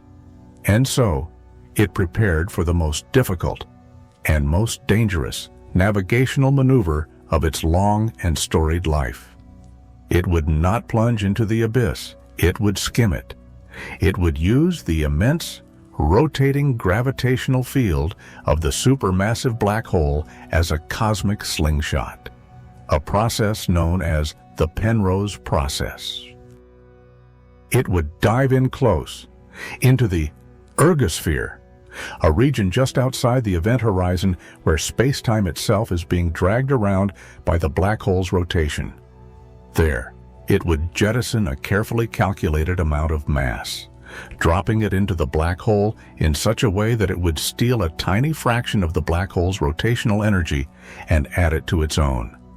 It was a maneuver of incredible precision, a dance on the very edge of oblivion, a single, tiny miscalculation would send the probe spiraling into the event horizon, its long journey ending in a final, silent scream. But Batuta, after its 10 million years of practice, was a master of celestial mechanics. At just the right moment, as it grazed the very edge of the ergosphere, it fired its engines, altered its course by a barely perceptible, infinitesimal amount, and was flung out, away from the black hole, propelled by the stolen energy of the spinning giant on a new trajectory, at a substantial fraction of the speed of light, a trajectory that would take it up out of the plane of the Milky Way and into the vast, dark, and unknown expanse of intergalactic space. It had survived. It had escaped. After a journey of 40 million years, a journey that had carried it across the 2.5 million light-year gulf between the Milky Way and its great spiral neighbor, Andromeda, Batuta felt a new and unfamiliar emotion. It was loneliness. For 40 million years, it had sailed through an almost perfect void, a vast cosmic desert of near-perfect emptiness. The grand familiar and star-dusted spiral of its home galaxy had shrunk behind it, becoming a faint, beautiful, and ultimately insignificant smudge of light. And the great, majestic spiral of Andromeda had grown before it, 1 trillion stars, a new and unexplored continent of cosmic possibility. The space between the galaxies is not entirely empty. It is filled with a thin, tenuous, and incredibly hot plasma.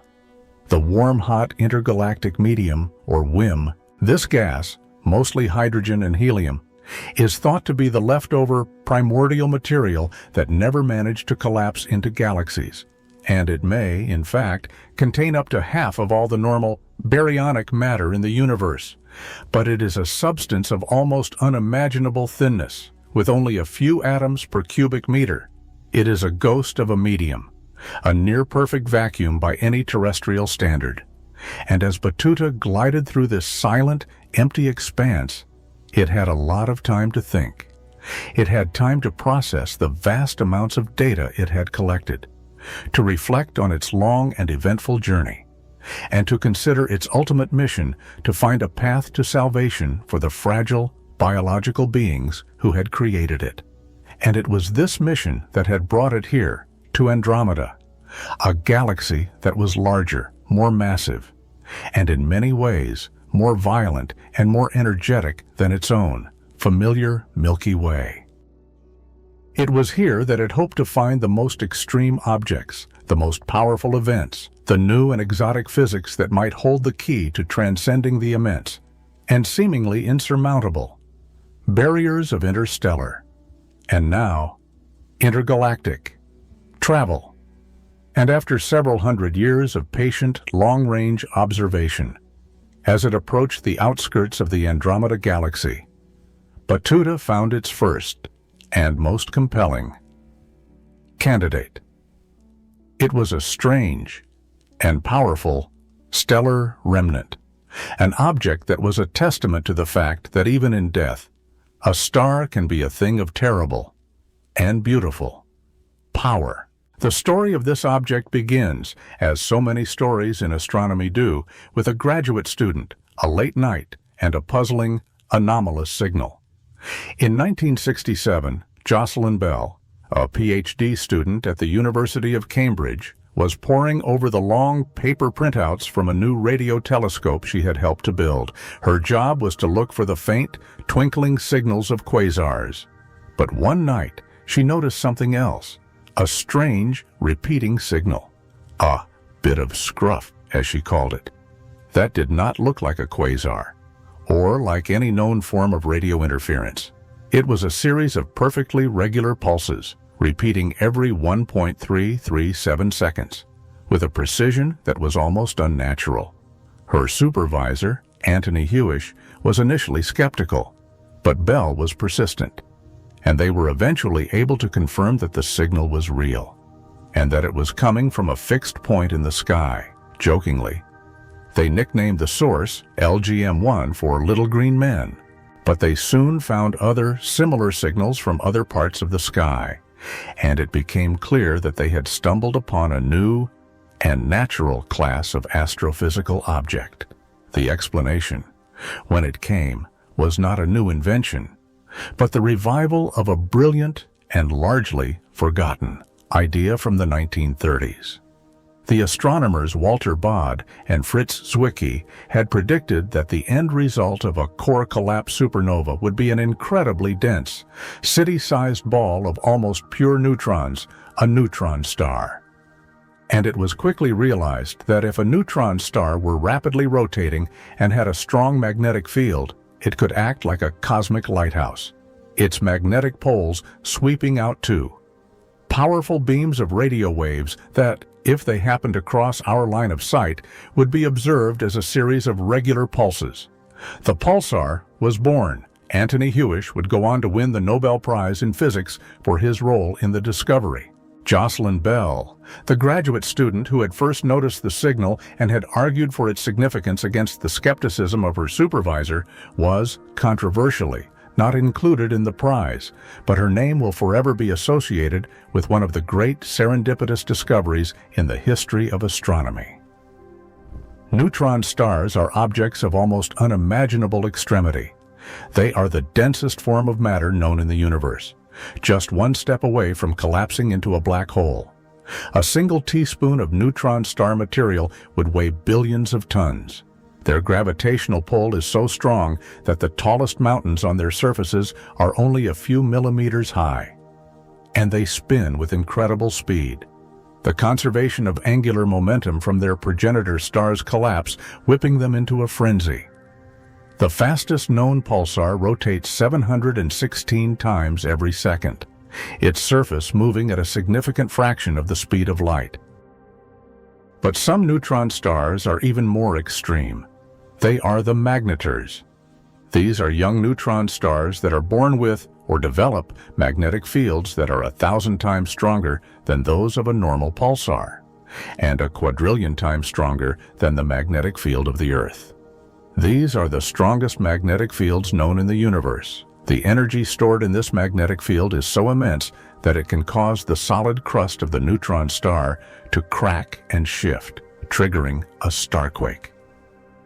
These starquakes can release a tremendous amount of energy in a sudden, violent burst of X-rays and gamma rays, a flare that can be so powerful that it can be detected from across the galaxy. It was just such a flare, from a distant magnetar in the Andromeda galaxy, that Batuta had detected, a flare so powerful that it had temporarily overwhelmed its sensors. The spacecraft, for all it had seen, was not easily impressed. But the sheer, raw, and untamed power of the Magnetar was a thing of true and terrible wonder.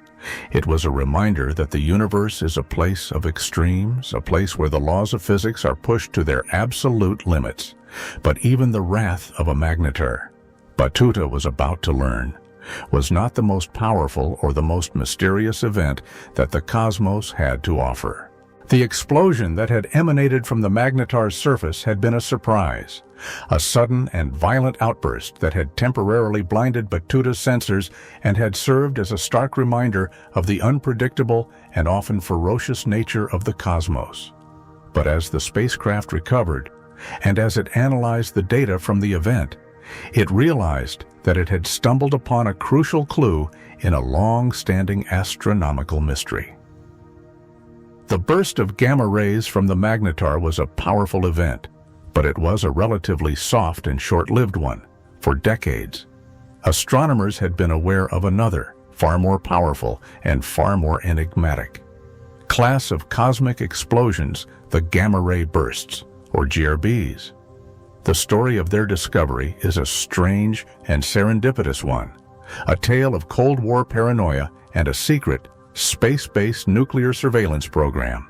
In 1963, the United States and the Soviet Union signed the Partial Nuclear Test Ban Treaty, which prohibited the testing of nuclear weapons in the atmosphere, in outer space, and underwater, But the U.S. military, ever suspicious of its Soviet counterparts, worried that the Soviets might try to cheat by conducting secret nuclear tests on the far side of the moon.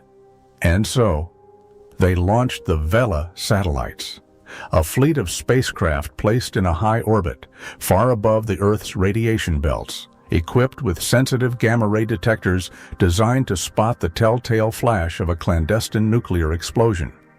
The Vela satellites never did detect any secret Soviet nuclear tests.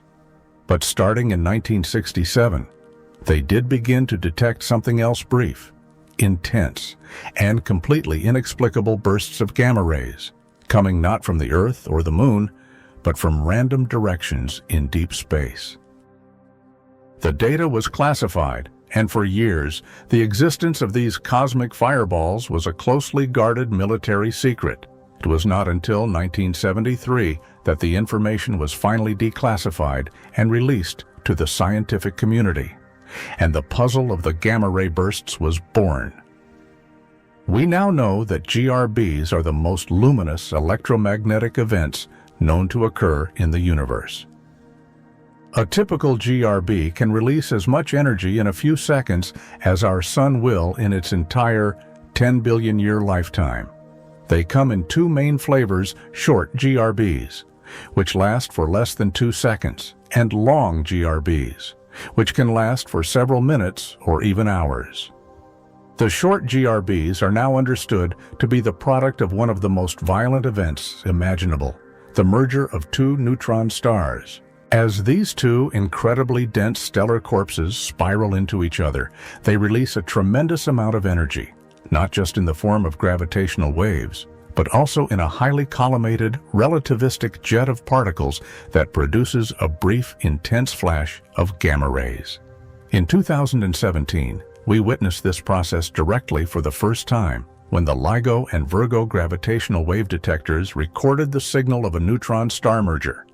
And just a few seconds later, the Fermi Gamma Ray Space Telescope detected a short GRB from the same patch of sky. It was a stunning triumph of multi-messenger astronomy, a beautiful confirmation of our theoretical models. The origin of the long GRBs, however, has been a more enduring mystery. They are known to be associated with the deaths of very massive stars, as they are almost always found in distant, star-forming galaxies. The leading model is the collapsor model. In this scenario, a very massive, rapidly rotating star, at the end of its life, collapses to form a black hole. But because of its rapid rotation, the material of the star does not all fall directly into the black hole. Instead, it forms a dense, hot, and rapidly rotating accretion disk around the newborn black hole. The complex interplay of magnetic fields and frame dragging in this extreme environment can then launch two incredibly powerful and highly collimated jets of plasma, which travel outwards at nearly the speed of light. These jets punch their way through the collapsing star's outer layers, and when they finally break out into interstellar space, they produce the intense and long-lasting burst of gamma rays that we observe. A long GRB is, in this picture, the birth cry of a black hole. But there is another, even more exotic, and even more powerful possibility. For the very most massive stars in the universe, stars with more than 130 times the mass of our Sun, the end can be even more spectacular. In the incredibly hot and dense cores of these supergiants, the gamma-ray radiation can be so intense that the photons themselves can spontaneously transform into pairs of electrons and positrons. This pair instability process robs the star of the radiation pressure that is supporting it against gravity, triggering a runaway thermonuclear explosion that completely obliterates the star, leaving no remnant behind. Not even a black hole. This pair instability supernova is a theoretical prediction, and it is thought to be the most powerful type of stellar explosion in the universe, a hypernova. And it is a leading candidate for the engine behind some of the longest and most luminous gamma-ray bursts. And it was just such an event, a hypernova of almost unimaginable power. That was the likely source of the single, anomalous particle that Batuta had detected millions of years ago. The particle that had set it on its long and lonely journey from Andromeda to the Virgo cluster. The particle was a proton that had been accelerated to an incredible energy, an energy of over 10 to the power of 22 electron volts. This is 100 times more energetic than the famous "Oh my God" particle, the most energetic cosmic ray ever detected by humanity. A particle with this much energy is traveling at a speed so close to the speed of light that the entire 14 billion year history of the universe would, from its perspective, pass in a fraction of a second.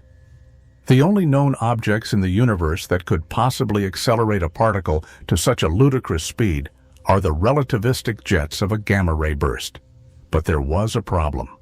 All the known GRBs are incredibly far away, billions of light-years from us, and a high-energy cosmic ray, as it travels through the vast intergalactic void, is not traveling through a perfect vacuum. It is constantly colliding with the low-energy photons of the cosmic microwave background. These collisions slowly sap the cosmic ray's energy, a process known as the GZK cutoff.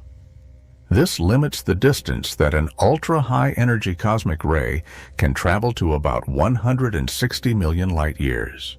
The fact that we have detected particles with energies above this cutoff is a major puzzle in astrophysics. It suggests that there must be sources of these particles that are relatively nearby, within our local supercluster of galaxies.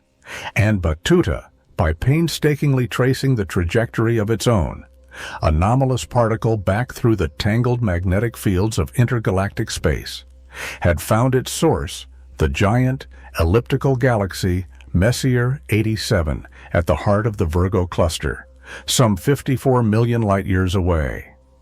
And so, after its long and lonely journey, a journey that had spanned hundreds of millions of years, Batuta finally arrived at its destination.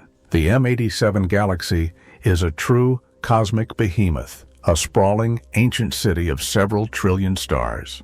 And at its heart lies one of the most massive and most active supermassive black holes known in the universe, an object with a mass of 6.5 billion suns.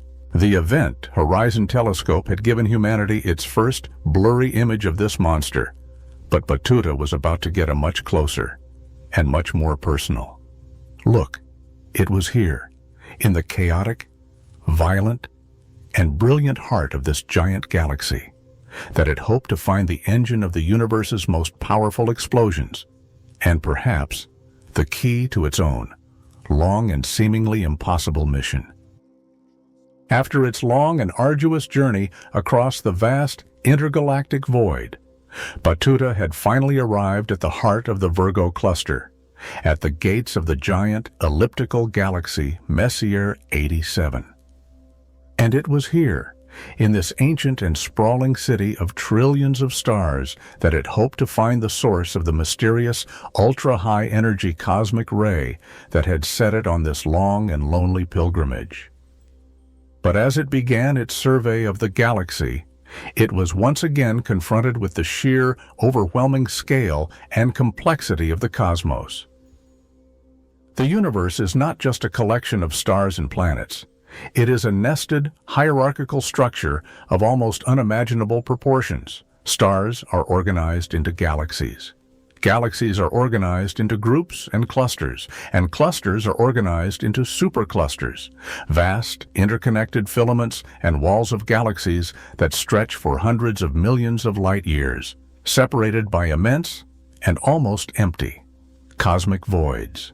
This is the cosmic web, the largest and most magnificent pattern in all of nature, and it is a structure that has been built slowly and patiently over the entire 14 billion year history of the universe by the gentle but relentless pull of gravity. The story of the cosmic web is the story of gravitational instability.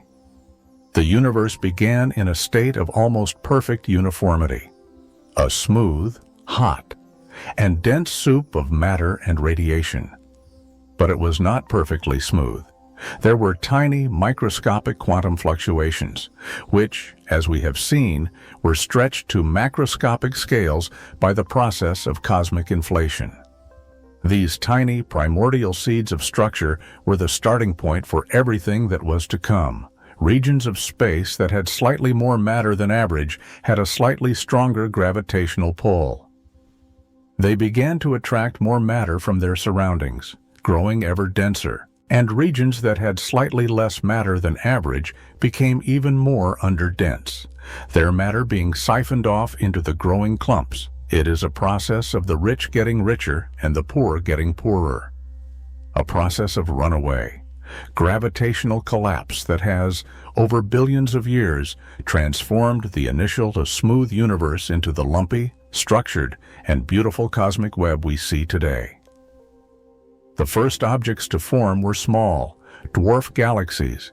These then merged and collided to form larger galaxies, like our own Milky Way, and galaxies, in turn, were drawn together by their mutual gravity to form groups and clusters. The Virgo cluster, the destination of Batuta's long journey, is one of the closest and most well-studied of these cosmic metropolises. It is a dense and dynamic environment, containing over 1,000 galaxies, all orbiting a common center of mass, all interacting with each other in a complex and often violent gravitational dance. And at the very heart of this cluster, dominating its gravitational landscape, lies the giant elliptical galaxy Messier 87. Elliptical galaxies, like M87, are thought to be the end product of a long history of galactic mergers. They are the red and dead giants of the cosmos, ancient cities that have exhausted most of their gas and have largely ceased to form new stars, their light dominated by an old and fading population of red stars. They are the graveyards of the universe, but they are also its most massive and most majestic structures. The cosmic web is not just a static structure, it is a dynamic, evolving ecosystem. The superclusters are the great continental landmasses of the cosmos, and they are not yet fully formed. The clusters and groups that make them up are still, at this very moment, falling towards each other, drawn together by their mutual gravity. Our own Milky Way is part of the local group of galaxies, a small, provincial collection of about 50 galaxies. And the local group is, in turn, part of the Virgo supercluster, a vast and ragged collection of hundreds of groups and clusters, all of which are currently on a long, slow journey towards the Virgo cluster at its heart. And even the Virgo supercluster is just one small part of an even grander structure, a supercluster of superclusters that astronomers have named Laniakea, a Hawaiian word that means immeasurable heaven. Laniakea is a truly immense structure containing over 100,000 galaxies and stretching for over 500 million light-years. And it is just one of many such structures that make up the vast, interconnected network of the cosmic web. And between and among these great cosmic continents lie the vast, empty oceans of the cosmic voids. These are the most underdense regions of the universe. Vast deserts of space-time that can be hundreds of millions of light-years across. The largest of these is the Botez void, a colossal and almost perfectly empty region of space that is sometimes called the Great Nothing. These voids are not just passive gaps in the cosmic web, they are an active and essential part of its structure. They are the places from which the matter that built the great superclusters was drawn. The grand, shining cities of the cosmos owe their existence to the dark, empty quarries that lie between them. And it was in one of these voids, the Botez void, that Batuta, according to the information it had received from its alien counterpart, would find the answer to its long and seemingly impossible quest. The idea was almost too strange to contemplate. The source of the universe's most powerful particles, a new and exotic form of physics, was not to be found in the dense, chaotic, and energetic heart of a giant galaxy, but in the coldest, darkest, and most empty place imaginable. But the clue, a complex and beautiful piece of mathematics that had been shared by its alien friend, was compelling. It was a prediction from a theory that was far beyond anything its human creators had ever conceived. A theory that seemed to be a true, unified theory of quantum gravity. And this theory predicted the existence of something truly bizarre, something that should not exist in our universe, something that was a leftover, a fossil, from the very first and most violent moments of creation, a cosmic string.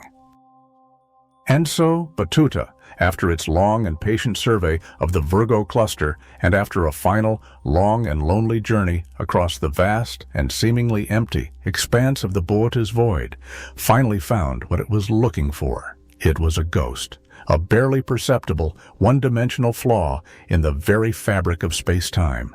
It was a cosmic string. The theory that predicts the existence of such objects is a deep and complex one. It is rooted in the idea that the early universe, as it cooled after the Big Bang, went through a series of phase transitions, similar to the way that water freezes into ice. In these phase transitions, the fundamental forces of nature, which are thought to have been unified into a single, symmetric force at very high energies, froze out and separated from each other. And just as defects, like cracks and dislocations, can form in a crystal of ice as it freezes, it is thought that topological defects could have formed in the fabric of spacetime during these cosmic phase transitions. A cosmic string is the simplest of these defects. It is a one-dimensional line of false vacuum, a trapped remnant of the high energy, symmetric state of the early universe. It is an object of almost unimaginable properties. It would have a width that is smaller than a single proton, but a length that could stretch across the entire observable universe. It would have no mass in the conventional sense, as it is made of nothing but a flaw in the vacuum. But its immense energy density, a consequence of the trapped, high-energy vacuum, would give it an effective mass, a gravitational pull. A single kilometer of cosmic string would weigh more than the entire planet Earth. And it would not be static. It would be constantly writhing and vibrating, the ripples on its surface traveling at the speed of light, releasing a torrent of gravitational waves as it did so. The initial calculations of this grand unified theory era of the early universe predicted that our cosmos should be littered with these cosmic strings, but we have never seen one. The fact that we do not see their powerful gravitational lensing effects on the cosmic microwave background has placed very strong limits on how many of them could exist. This has been a major puzzle in cosmology. And it is what led Alan Guth, in part, to invent the theory of cosmic inflation. Inflation, by stretching the universe by an immense factor, would have diluted the density of any cosmic strings that were formed, pushing them far beyond our observable horizon, and explaining why our universe appears to be so clean and free of these ancient, monstrous defects. But what if a few of them did survive? What if, by some fluke of the inflationary process, a single, lonely cosmic string was left behind in our observable universe? A single, ancient fossil from the first, fiery moments of creation. And what if this string had been slowly and quietly decaying for the last 13 billion years? Its vibrations releasing not just gravitational waves, but also a steady stream of the most energetic particles in the universe. This was the radical and beautiful idea that had been shared with Batuta. The cosmic string was not just a theoretical curiosity. It was a real physical object, a cosmic particle accelerator of almost infinite power. And it was here, in the deep, dark, and silent heart of the Boötes void. Batuta beheld the cosmic string in all its strange and almost terrifying glory. It was a shimmering, ghostly line, stretching for millions of light years in either direction. its presence revealed only by the subtle and beautiful way it was bending and duplicating the light of the few, faint and distant background galaxies. It was a vision of the beginning of time itself, and Batuta knew, with a certainty that was both exhilarating and deeply frightening, that it had found the answer. It had found the new physics, the new source of energy, the new path to the stars. The details would take centuries, perhaps millennia, to work out. But the principle was clear. A cosmic string was not just a flaw in space-time. It was a gateway. Its extreme energy density, its connection to the physics of the unified forces, its potential link to other hidden dimensions of reality. All of these were a signpost, a clue, a piece of a much larger and much deeper puzzle. The journey had been long, the sacrifices had been great, but the prize was beyond measure. It was the knowledge that could save humanity. And so, the ancient, and now profoundly transformed probe made its final preparations.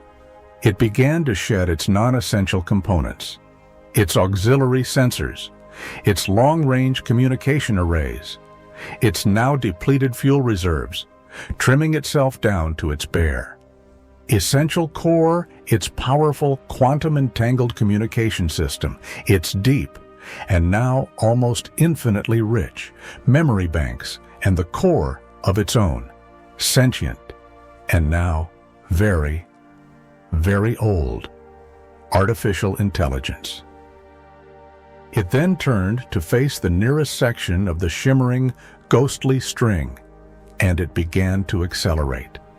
As it drew closer, it noticed, with a strange sense of amusement, that it felt almost giddy, its motion effortless, as if the bizarre, paradoxical object before it was not just warping space-time, but was somehow negating its very inertia. It plunged forward, and in a single, silent, and brilliant flash, it slipped into the darkness. Its final thought, as it crossed the threshold into the unknown, was of the man who had, so many billions of years ago, set its distant, robotic ancestors on their own, lonely journey. Far from home, Carl Sagan had written, untouched by these remote events, the Voyagers, bearing the memories of a world that is no more, will fly on. And as Batuta flew on, into the heart of a cosmic string, into a reality beyond the bounds of known physics, it sent its final message back across the vast, and now, not so empty, expansive space, a message that carried with it not just the story of its own epic journey, but the last, best, and only hope for the future of the small and very fragile species that had so long ago dared to dream of the stars.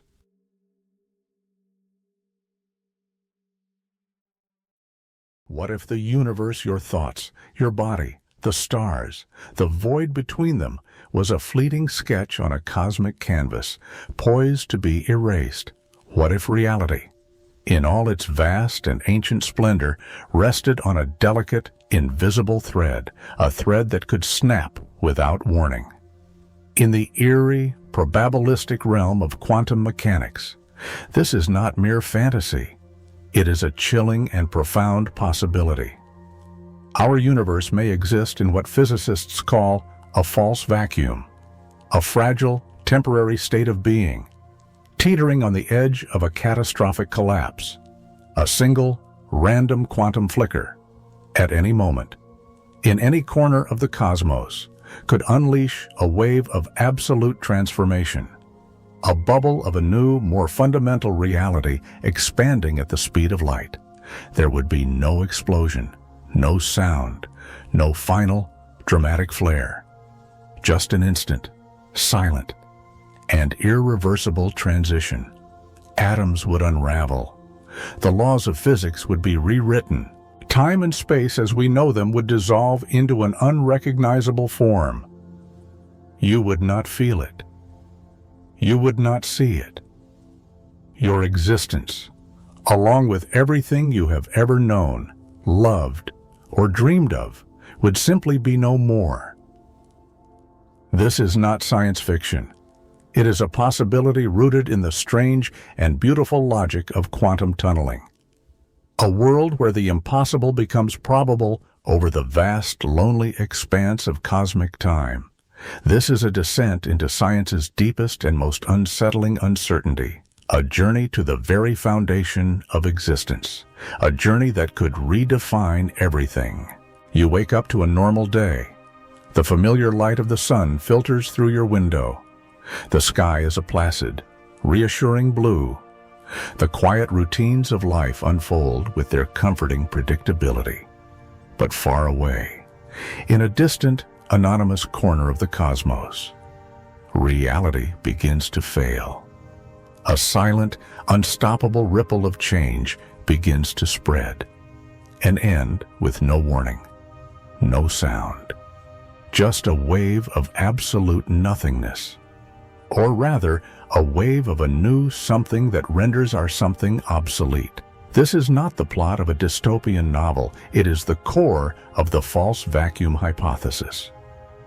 The idea that our universe, in all its seeming permanence, hides a fragile cosmic lie. Every theory of physics, from the elegant curved space-time of Einstein's equations to the bizarre, probabilistic truths of quantum mechanics, is held together by a set of fundamental assumptions, a trust that the universe is, at its core, stable.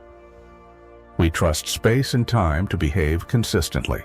We rely on the fundamental particles, the electrons, the quarks, the photons, to act the same way today as they did yesterday, and as they will tomorrow.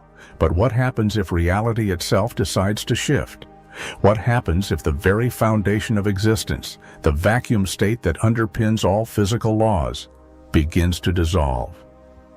In the deep, cold silence of interstellar space, we now know that the void is not empty. The quantum fields that constitute the most basic level of reality tremble with a latent, potent energy. Invisible. Virtual particles blink in and out of existence, a constant, ghostly dance that hints at a deeper, more chaotic reality, simmering just beneath the ordered surface of the world we perceive. The event horizons of black holes, those one-way membranes at the edge of space-time, whisper secrets about the nature of information and entropy. Secrets we can't yet fully decode. Secrets that might one day burst forth and rewrite the very architecture of existence. The boundary between what we know and what we think we know is becoming razor thin, and in the light of our newest and most powerful instruments, we are starting to see the cracks. The James Webb Space Telescope, our golden eye on the infant cosmos, is peering further back in time than anything that has come before it, and it is revealing galaxies in the early universe that are too mature, too structured, too complex to fit our established cosmological models. They are behaving in ways that challenge every theory we have ever built about how the universe should have evolved. Our quantum computers, the first generation of machines that can harness the strange logic of the quantum realm, running trillions of calculations a second, sometimes produce answers that seem to defy classical logic, giving us glimpses of a computational reality that is far richer and more complex than our own. Are we simply glimpsing a deeper, more subtle structure of reality? Or is the structure itself beginning to glitch? The universe, we must remember, does not owe us consistency. It has never promised to behave in a way that fits neatly into our theories. And if the very fabric of spacetime is not woven from the familiar threads of particles and strings, but from something even stranger, something more fundamental if consciousness, or information, or entropy lies at the very core of it all, then pulling on what we think is a loose thread could unravel the entire tapestry. This is the profound and unsettling moment in which we find ourselves, as a species, as a civilization of curious minds. We are not just standing at a new frontier of physics.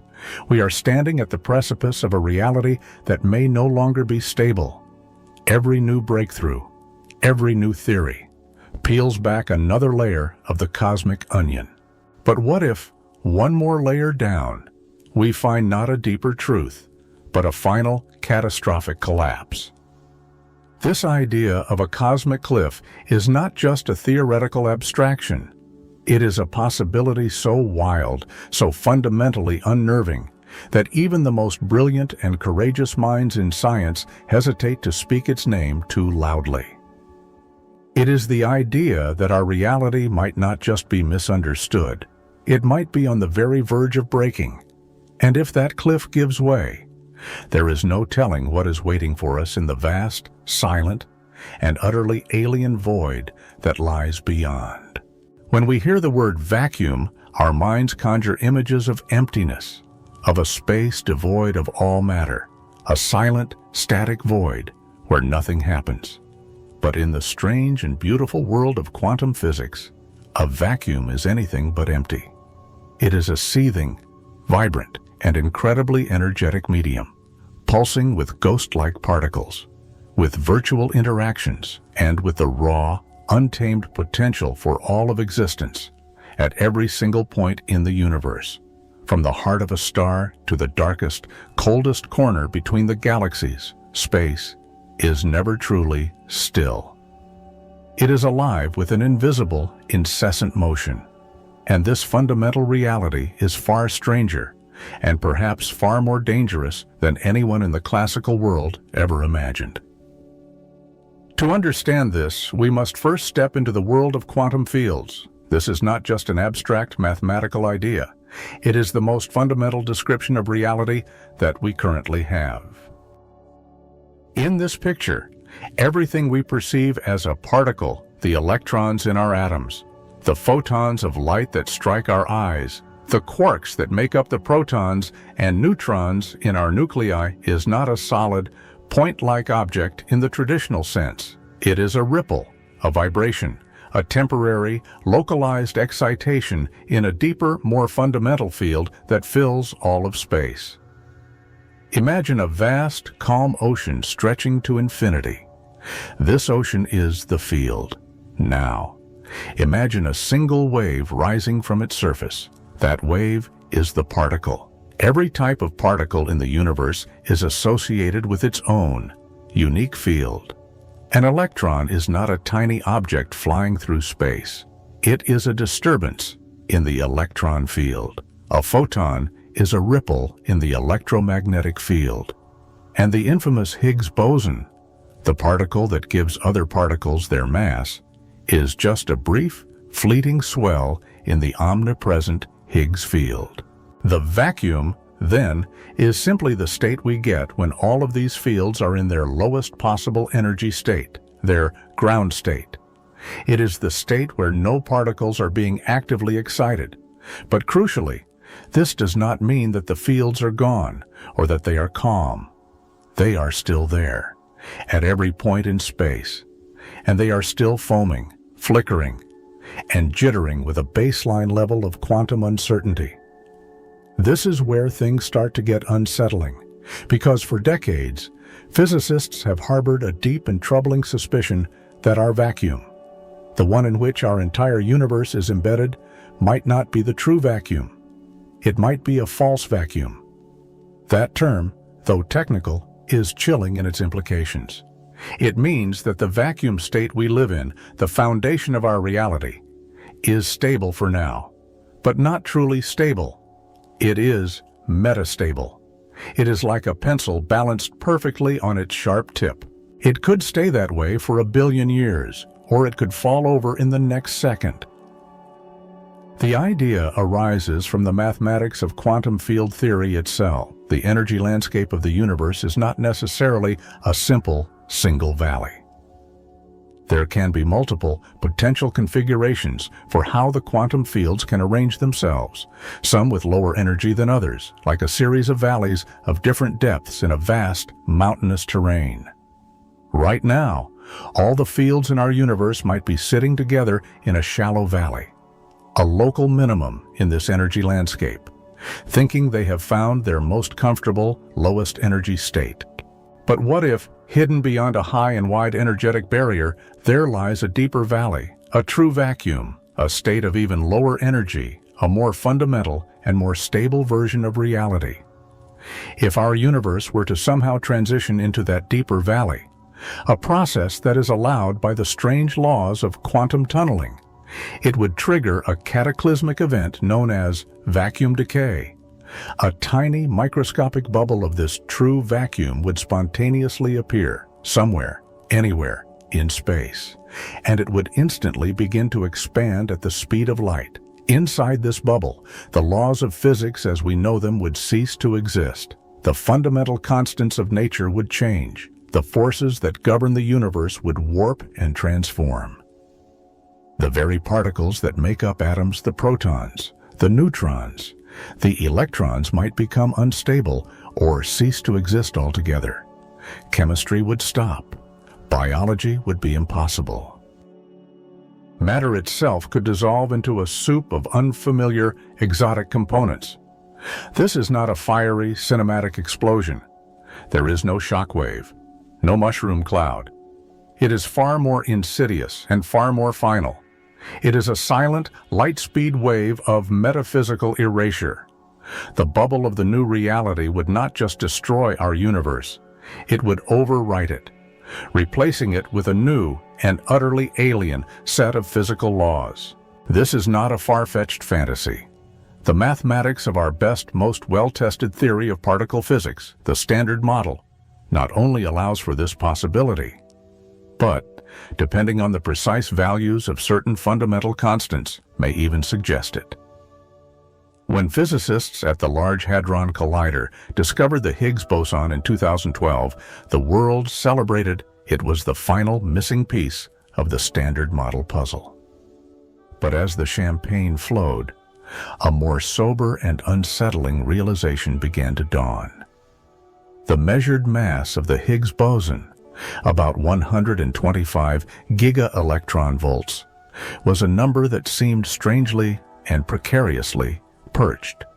When this value is plugged into the complex equations that describe how the fundamental constants of nature change at very high energies, it suggests that our universe may indeed be in a metastable, false vacuum state.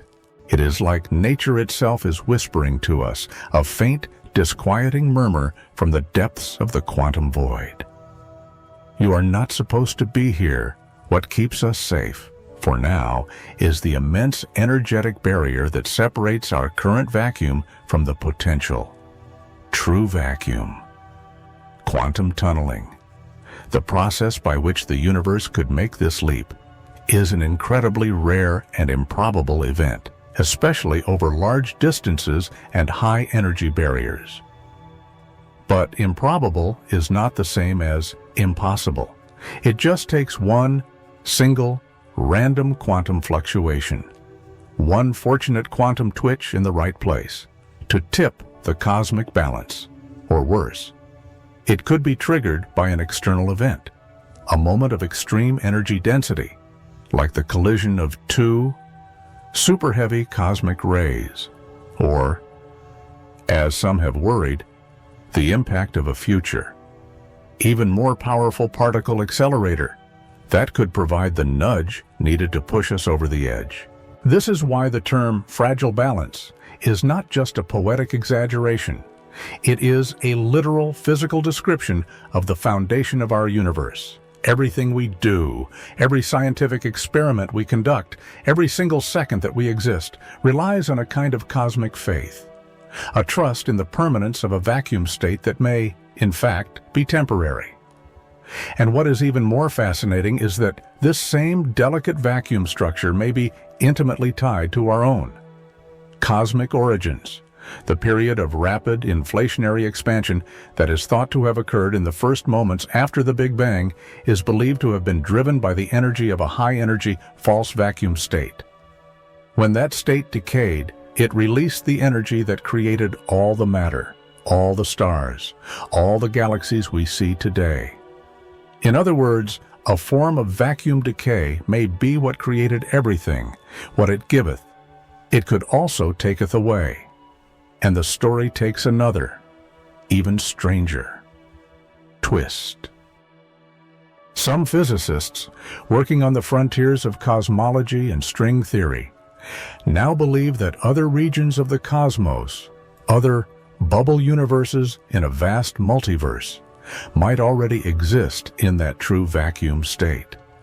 They would be alternate pockets of reality, sealed off from us by their own different laws of physics, completely unreachable and utterly alien.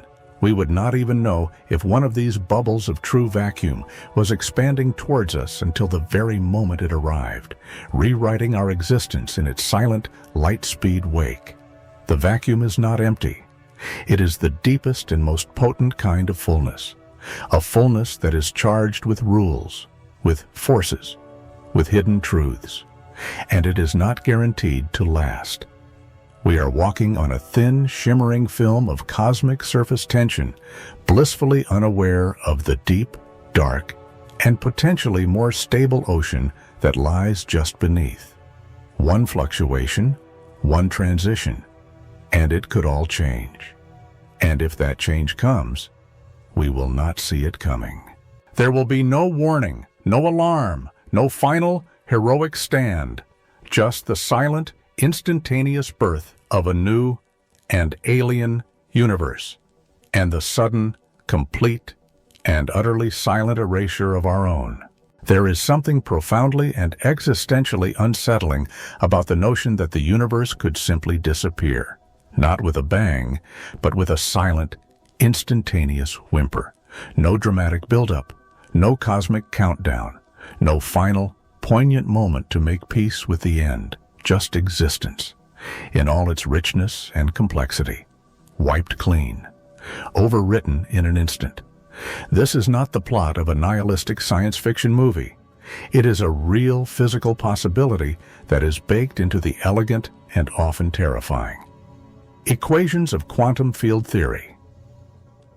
At the heart of this ultimate nightmare scenario is a process so calm, so quiet, and yet so utterly final that it almost defies our comprehension. It is called vacuum decay, and the agent of this cosmic apocalypse is a bubble.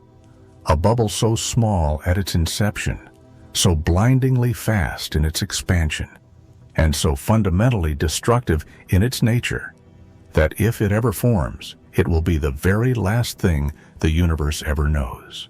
To understand how this bubble could end everything, we must once again revisit the concept of the false vacuum. Imagine a vast, rolling landscape of hills and valleys, where the altitude represents the energy level of the universe's quantum fields. Our universe, in its current state, may be like a marble sitting comfortably in a small, shallow dimple on the side of one of these hills.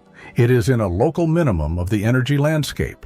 It is stable enough to stay put, to give the illusion of permanence. But if there is a deeper, wider valley nearby, a global minimum, or true vacuum, then the marble is not truly, fundamentally stable. It is in a state of metastability. And in the strange, probabilistic world of quantum mechanics, systems are not strictly bound by the limits of classical energy. Thanks to the bizarre and wonderful phenomenon of quantum tunneling, a particle, or indeed an entire field, can spontaneously and randomly tunnel through an energy barrier that it classically should not be able to overcome. It is as though the marble, without any push or any warning, simply disappears from its shallow valley and instantly rematerializes in the deeper one. In the context of the cosmos, this means that the vacuum of our universe itself could suddenly and spontaneously decay. One moment, space is as we know it. The next, a tiny, microscopic bubble of the lower energy. true vacuum could pop into existence, anywhere, at any time. This bubble would not be an empty void. It would be a region of a new and more fundamental kind of reality. And it would be surrounded by a thin spherical wall, a domain wall, which is a phase transition front where the old false vacuum is being converted into the new true vacuum. Inside this bubble, the very laws of physics would be rewritten. The fundamental forces of nature, gravity, electromagnetism, the strong and weak nuclear forces would behave differently. The fundamental constants, like the speed of light or the charge of the electron, might shift to new values. The particles that make up our world, the quarks, the leptons, the Higgs boson might become unstable, or they might not even be able to exist at all. The very rules of chemistry and biology would be rendered null and void. The intricate, delicate dance of atoms that allows for the existence of stars, of planets, of life, would be impossible. Matter itself, in all its forms, could simply dissolve into a soup of unfamiliar, exotic components, or perhaps just a bath of pure, undifferentiated energy. The process of destruction is not an explosion in the cinematic sense. There is no fiery shockwave, no expanding cloud of debris. It is far more subtle and far more absolute. The bubble of true vacuum expands outwards in all directions at the speed of light. This is a fundamental and unavoidable speed limit. It means that nothing can outrun it. No signal, no particle, no warning can escape from its expanding edge to alert distant observers. There is no place to hide, no force that can resist it. You would not see it coming, because the bubble would reach you at the very same instant as the first photons of light from its expanding wall. The erasure would be instantaneous and total.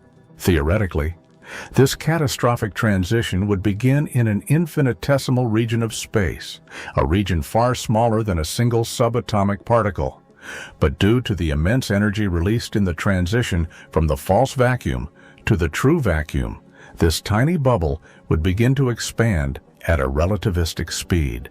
Within a fraction of a second, it would balloon outwards, converting everything in its path into the new, alien reality of the true vacuum. From its random point of origin, it would stretch across solar systems, across galaxies, across the vast, empty voids of intergalactic space, devouring stars, planets, dark matter, and even the fabric of space-time itself. It would not just kill the universe, it would overwrite it, replacing our familiar, life-bearing cosmos with a new and likely sterile one. What is perhaps most chilling about this scenario is that it is not just a wild, hypothetical possibility. It is a feature that is allowed, and in some models even suggested, by our best and most well-tested theory of particle physics, the Standard Model.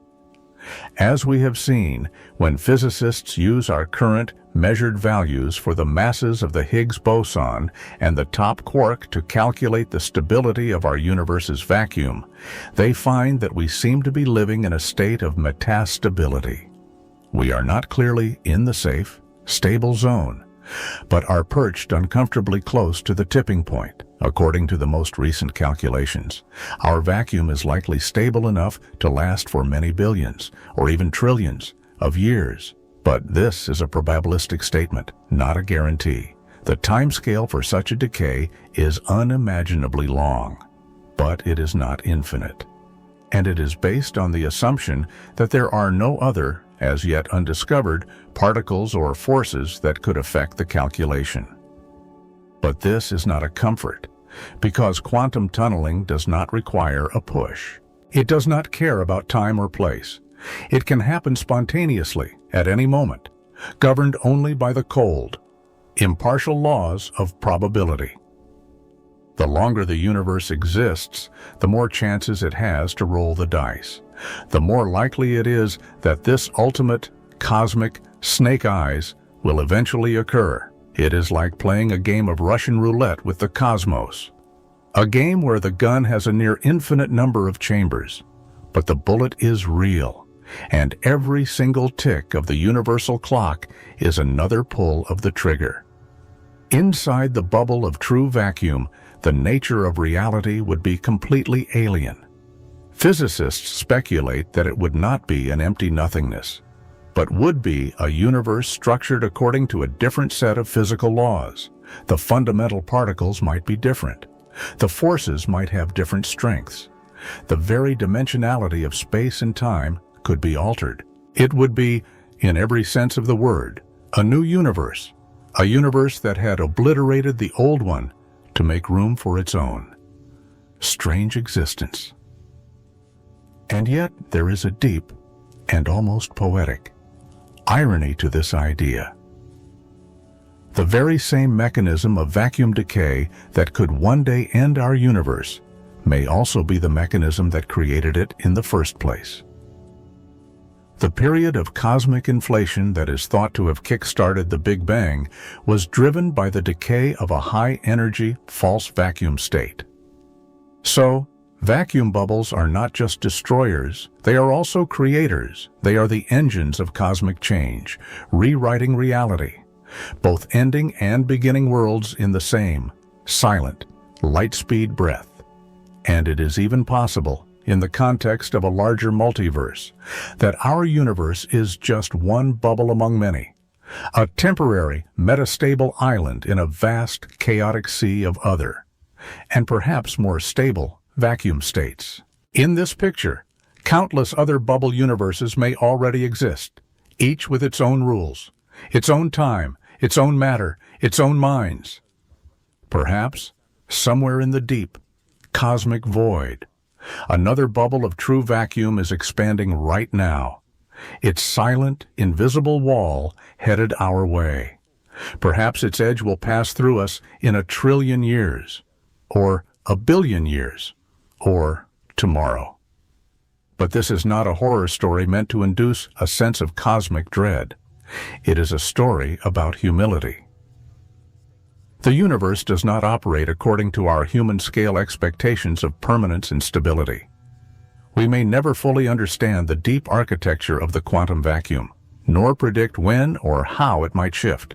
But we can, and we should, appreciate the sheer, improbable strangeness of existing at all, of being a conscious, questioning being, balanced on a thin, delicate thread of temporary physics, wrapped in a set of beautiful, but perhaps fleeting, laws. For now, the bubble has not formed.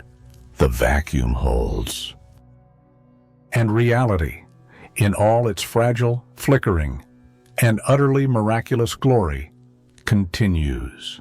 When scientists at the Large Hadron Collider at CERN announced the discovery of the Higgs boson in 2012, the moment was met with a wave of global celebration. It was a triumph of human ingenuity, the culmination of a decades-long, multi-billion-dollar quest to find the final, missing cornerstone of the standard model of particle physics. The Higgs was the key. The particle predicted nearly half a century earlier that was responsible for imbuing other fundamental particles with their mass. But behind the champagne and the applause, as physicists began to pore over the data and to calculate the precise properties of their newly found quarry, an unsettling whisper began to emerge from the heart of the universe itself. A whisper that grew louder and more insistent as the numbers were crunched. Because buried in the measured mass of the Higgs boson was a potential and deeply troubling warning sign that reality as we know it, the very fabric of our existence, may be far more fragile than anyone had ever dared to hope. To understand the Higgs field and its troubling implications, we must first grasp its profound and central role in the cosmos. In the strange and beautiful world of quantum field theory, every fundamental particle is associated with a field that permeates all of space. The Higgs field is unique among these. It is not responsible for a particular force, like the electromagnetic field, or for a particular type of matter, like the electron field, Its job is far more fundamental. It is responsible for giving mass to the other fundamental particles. In the first, fiery moments after the Big Bang, the universe was an incredibly hot and energetic place. In this state, all the fundamental particles were massless, zipping around at the speed of light in a wild, chaotic, and unstructured dance. Then, as the universe expanded and cooled, it underwent a profound phase transition, much like water freezing into ice. The Higgs field, which had previously been turned off, suddenly turned on, settling into a non-zero value throughout all of space. It was as if the entire cosmos was suddenly filled with an invisible, molasses-like energy sea. And as the other fundamental particles moved through this sea, they began to interact with it, to drag against it. This interaction is what we perceive as mass. Some particles, like the DU and Z bosons that carry the weak nuclear force, interact very strongly with the Higgs field, and so they are very heavy. Other particles, like the electron, interact more weakly, and so they have a smaller mass. And some particles, like the photon, do not interact with the Higgs field at all, and so they remain massless, forever traveling at the speed of light. This cosmic phase transition, the turning on of the Higgs field, was a pivotal moment in the history of the universe. It was the first, crucial brushstroke of structure in a previously featureless cosmos. Mass allowed particles to slow down, to clump together under the influence of gravity, and to eventually form the stable, complex structures of atoms, of stars, of planets, and of life. Without the Higgs field, the universe would be a cold, dark, and featureless soup of massless particles, and we would not be here to wonder about it. In this sense, the Higgs field is not just a scientific curiosity, it is a fundamental pillar of our reality. But here is where the story takes its strange and unsettling turn. When physicists measured the mass of the Higgs boson, the particle associated with the Higgs field, they found it to be about 125 billion electron volts. And when they plugged this number, along with the measured mass of the top quark, into the complex equations of the Standard Model, they could begin to map out the potential energy landscape of the Higgs field itself. And what they found was deeply concerning. In a perfectly stable universe, one would expect the mass of the Higgs to correspond to a vacuum state that is at the very bottom of the energy landscape, a true vacuum where the field is resting comfortably and permanently in its lowest possible energy state. Instead, the measured values of the Higgs and top quark masses seem to place our universe in a state of metastability. It is as if the Higgs field is not sitting at the bottom of the deepest valley in the energy landscape, but is perched precariously in a shallow, local valley, with a much deeper and more stable valley lurking just beyond a high energy barrier. Our universe is like a thin sheet of ice stretched across a deep, cold lake. It is holding for now, but a sudden, violent fluctuation, a quantum nudge, could cause the Higgs field to tunnel through the barrier and to cascade down into that lower, more stable energy state. This is the process of vacuum decay, and the consequences would be absolute. A bubble of this new, true vacuum would form and expand at the speed of light, rewriting the laws of physics as it went. The very existence of stable atoms, of chemistry, of life, is a property of our current, metastable vacuum. In the true vacuum, these structures would be impossible. Our reality would be erased. The reason the measured mass of the Higgs is so concerning is not just the value itself, but its relationship to the other fundamental constants of nature. Physicists use a set of powerful mathematical tools called renormalization group equations to project how the values of these constants change at very high energies, like the energies that were present in the early universe. And when they plug in the known masses of the Higgs boson and the top quark, they find something chilling. The calculations suggest that the Higgs potential, the energy of the Higgs field, may actually dip below zero at extremely high energies. This would create a true vacuum well that is far, far deeper than our current state, implying that while our universe feels stable, it might just be temporarily perched on a high and precarious energy plateau. In practical human terms, this suggests that we are living in a universe that is balanced on a cosmic knife's edge. Any significant disturbance, any extreme fluctuation, any rare, high-energy event could, in principle, push the Higgs field over the edge and into that deeper, true vacuum state. And once that process starts, the shift would be unstoppable. A bubble of the new vacuum would expand at the speed of light, its wall of pure energy obliterating all existing structures in its path. The fact that we have not yet observed such a cataclysmic event suggests two equally profound possibilities. The first is that our universe is, in fact, more stable than our current calculations suggest. Perhaps there is new physics beyond the standard model, new particles, new forces, new symmetries like supersymmetry that kicks in at very high energies and stabilizes the Higgs potential, flattening out the dangerous dip. The search for this new physics is one of the primary motivations for building ever more powerful particle accelerators, like the future upgrades to the LHC. The second possibility is more disturbing. It is that we simply have not waited long enough. The timescale for a spontaneous quantum tunneling event to trigger a vacuum decay in our universe is, according to most calculations, unimaginably long, many billions or even trillions of years, far longer than the current age of the universe. This is comforting on the surface, but it is a statistical comfort, not a guarantee. And it is based on the assumption that nothing comes along to give the universe a push. Could a high-energy particle collision, like the ones we create at the LHC, be that push?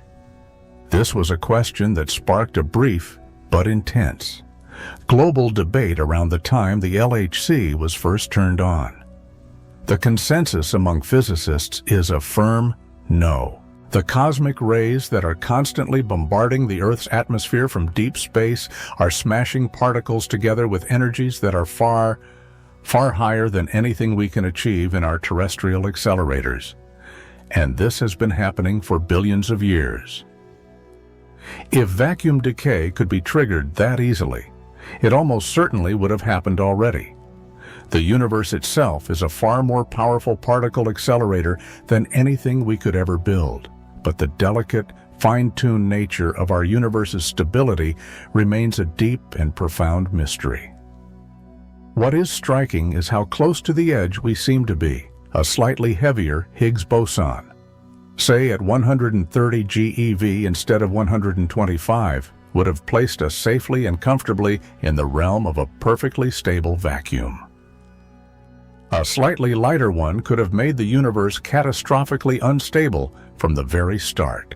The fact that our measured value is hovering right on the very precipice, right on the dividing line between these two fates, has led many to wonder whether this is just a random coincidence or a clue to some deeper truth. Could this be evidence for a multiverse in some versions of string theory?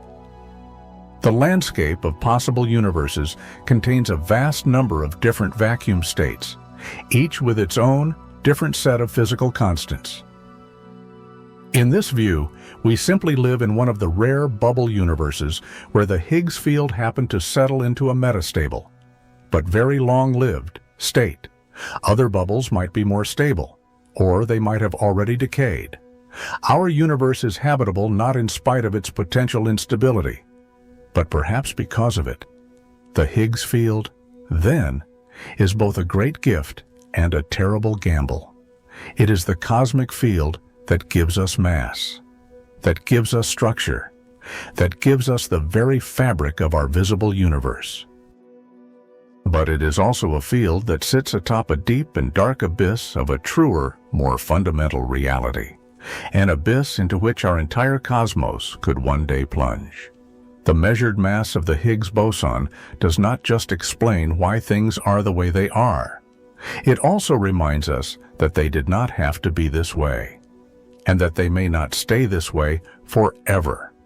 It pulls back the curtain on a universe that is far more delicate, more mysterious, and more profoundly dynamic than we ever imagined. And in doing so, it leaves us with the most haunting and most human. Of all questions, how long does our reality have left? In the familiar classical world of our everyday experience, certainty reigns. A ball rolls downhill. A glass shatters when it is dropped. An object stays where you put it, unless an external force acts upon it. This is the world of Newton, a world of predictable, deterministic laws, a world that makes intuitive sense to our evolved, macroscopic brains.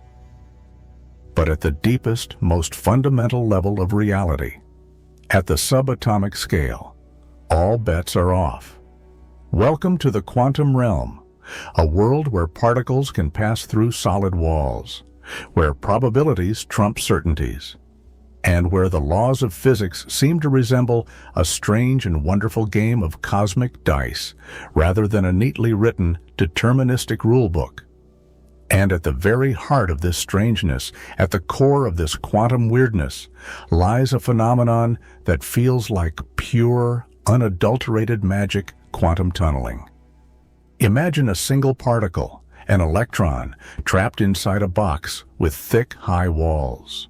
In the classical world, if the electron does not have enough energy to climb over the walls of the box, it is stuck inside forever.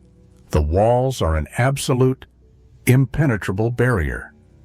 But in the quantum world, that same electron has a small, but non-zero, chance of simply vanishing from one side of the wall and reappearing a moment later on the other side, without ever having had enough energy to go over the top.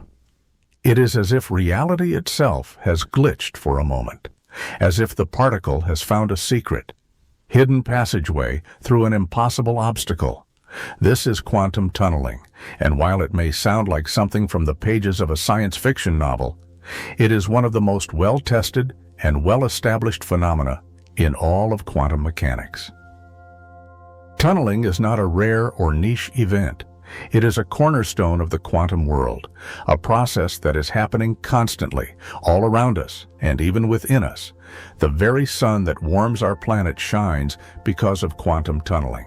In the incredibly hot and dense core of the sun, hydrogen nuclei are being fused together to form helium, releasing a tremendous amount of energy in the process. But the temperature and pressure in the sun's core are not quite high enough for these nuclei, which are all positively charged and therefore repel each other, to get close enough to fuse in the way that classical physics would demand.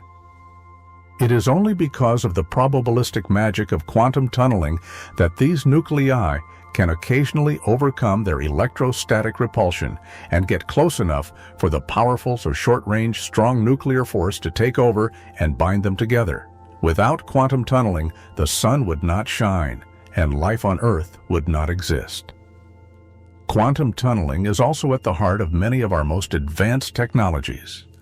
The transistors in the microchips that power our computers and smartphones rely on electrons tunneling through thin, insulating barriers. The flash memory that stores our data works by trapping and releasing electrons in a floating gate, a process that is only possible because of quantum tunneling. And the scanning tunneling microscope, a device that allows us to see individual atoms on a surface, works by measuring the tiny quantum tunneling current that flows between a sharp metal tip and the surface it is scanning.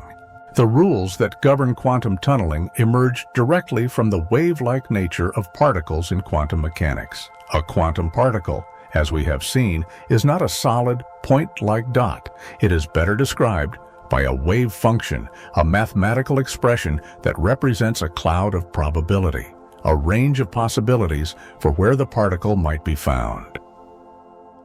And this probability wave does not stop abruptly at an energy barrier. It decays exponentially into the barrier. If the barrier is thin enough, the wave function can have a small, but non-zero, amplitude on the other side. This means that there is a finite, calculable probability that the particle, when a measurement is made, will actually be found on the far side of the barrier. It is not that the particle has climbed the barrier or drilled a hole through it. It is that its existence, its reality, was always, in a probabilistic sense, smeared out over both sides of the barrier, and the measurement simply revealed it to be on the other side. Now, let us take this strange and powerful idea and apply it not just to a single particle, but to the very fabric of the universe itself. Imagine that our entire universe, with its specific set of physical laws and its particular vacuum energy state, is like that particle trapped in a box. It is sitting in a false vacuum, an energy state that appears to be stable, but is not the true, lowest energy configuration possible. And there is an energy barrier that separates our current state from a potential, lower energy, true vacuum state. In this scenario, our entire universe is a quantum system, and like any quantum system, it is subject to the laws of quantum tunneling. Even if it does not have enough energy to classically climb over the barrier and transition to this lower energy state, there is a finite, non-zero probability that it could, at any moment, simply tunnel through. This is the terrifying and beautiful logic of vacuum decay. It does not need a cause, a trigger, a push. It just needs time. And in a universe that is billions of years old and that may exist for trillions more, the improbable can become the inevitable. The longer the universe exists, the more chances it has to roll the quantum dice. The more likely it is that a vacuum decay event, a bubble of true vacuum, will spontaneously appear. It is not a cosmic error, not an external force, not a sign of a fundamental instability. It is simply the universe obeying the strange, deep, and inexorable logic of its own quantum nature. The spontaneity of quantum tunneling is what makes the prospect of vacuum decay so profoundly unsettling. There is no way to predict it, no way to prepare for it. Every point in space is a potential launch site for this ultimate cosmic phase transition. And once it happens, the bubble of the new true vacuum will expand outwards at the speed of light, its wall of pure energy rewriting the laws of physics as it goes. Nothing can stop it. Nothing can outrun it. You would not even see it coming.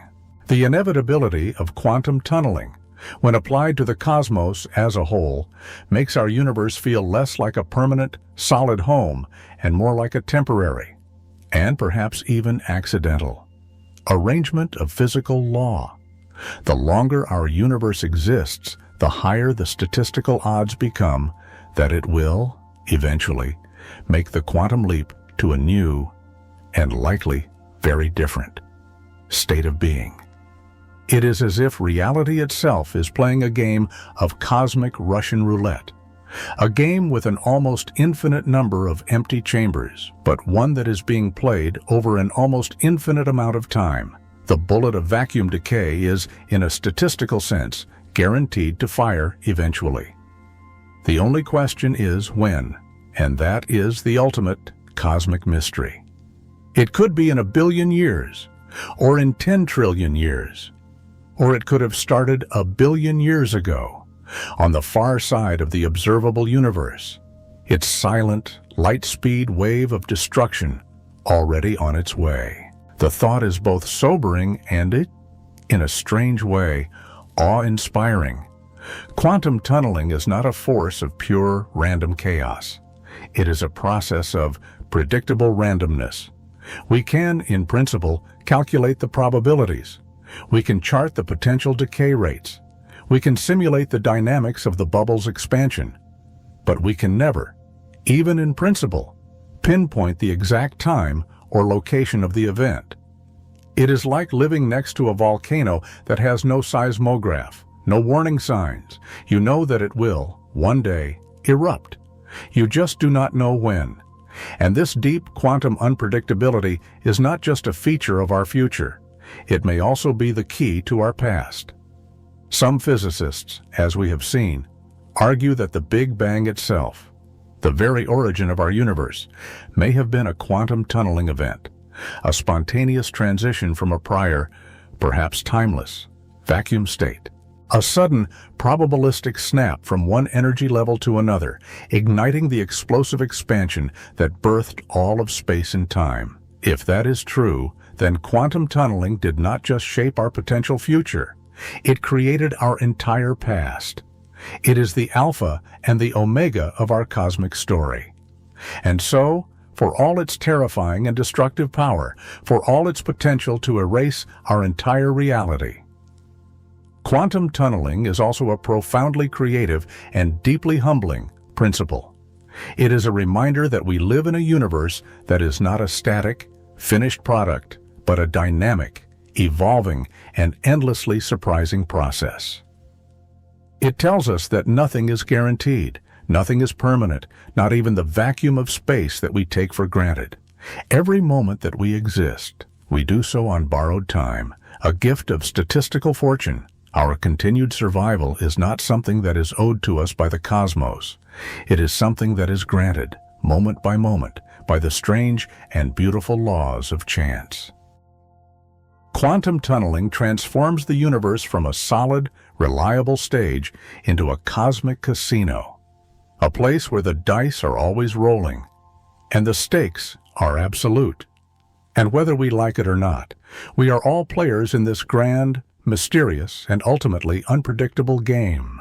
If the strange and beautiful logic of quantum tunneling threatens the very existence of our own single universe, the natural and even more unsettling question is, where does it end? What if the cataclysmic fallout of a vacuum decay does not stop at the boundaries of our own cosmic bubble? What if the collapse of one universe is just the first silent tremor in a much larger and far more interconnected cosmic landscape? What if it is like knocking over the first domino in an infinite, trans-dimensional line of realities? This is not just the stuff of comic books or speculative science fiction. It is a genuine, if highly speculative, idea that arises from a serious consideration of the physics of the multiverse. It is the idea that the entire multiverse itself could be vulnerable to the same existential quantum glitch. To even begin to understand this possibility, we must first stretch our imagination far beyond the confines of our own familiar cosmos. The idea of a multiverse proposes that our universe is just one of many, perhaps even an infinite number, of other universes, each with its own unique set of physical laws, fundamental constants, and vacuum states. Some of these other universes might look a lot like ours.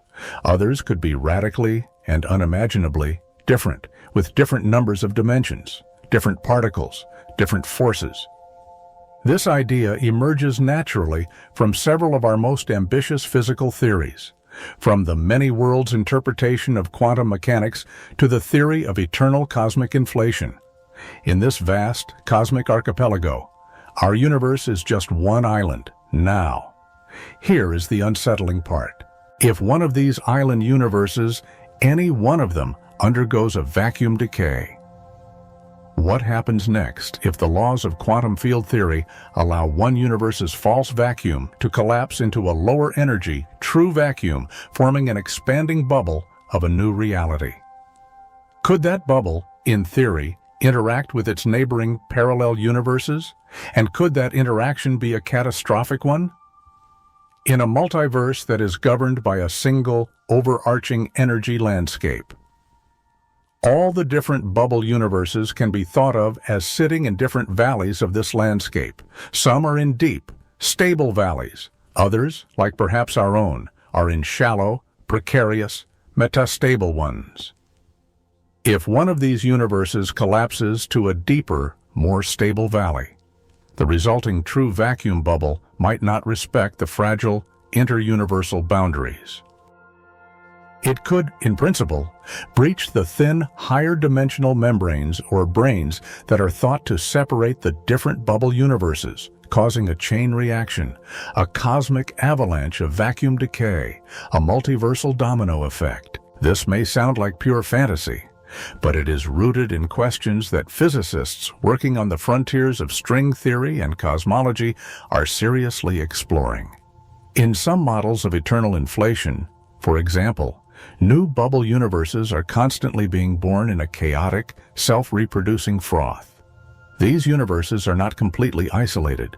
They arise from a shared, underlying dynamic quantum field, the inflaton field. If this field itself were to undergo a global phase transition, or if one of the bubbles were to decay in a particularly violent way, it is plausible that it could influence the adjacent regions of the inflating sea, potentially triggering a cascade of other bubble decays. It is like popping a single, large balloon in a room that is filled to the ceiling with other balloons. The shock wave from the first pop could be enough to cause the nearby ones to burst as well. The scenario becomes even more complex and more deeply interconnected when you add the possibility of quantum entanglement into the mix. Some speculative theories have proposed that different bubble universes may be, in some deep quantum sense, entangled with each other at the moment of their birth, sharing a deep, non-local connection through their shared initial quantum state. If one of these entangled universes were to undergo a radical and information-altering shift like a vacuum decay, it is not inconceivable that this could have a subtle or perhaps even catastrophic effect on the other universes to which it is entangled. This is more of a philosophical metaphor than a worked-out mathematical theory at this stage. But it highlights the profound and beautiful possibility that the different realities of the multiverse may not be as separate and isolated as we might think. Let us imagine what this multiversal domino effect would mean in practice. A universe, much like our own, tunnels into a lower energy vacuum state. Instantly, a bubble of true vacuum forms and begins to expand at the speed of light, erasing the old laws of physics in its wake. But as it tears through its own space-time, its expanding wall reaches the boundary of its own bubble universe. And it keeps going. It plows through the higher dimensional bulk space, its new, more stable vacuum state, overwhelming the fragile, false vacuum states of its neighboring universes, causing them to collapse as well. And each of these new collapses generates its own expanding bubble, and so on, and so on. One decay leads to another, and another, until entire chains, or even entire regions, of the multiverse fall like cosmic dominoes, tipping one by one in a silent, cataclysmic cascade. What is even more chilling is that, once again, we would never see it coming. If such a multiversal collapse were to start in a distant and completely unrelated chain of universes, there would be no signal, no warning, only the instantaneous rewriting of our own. Local physics the very moment the cascade reached our own cosmic neighborhood. Or perhaps, in a final, dizzying twist, we would not even notice.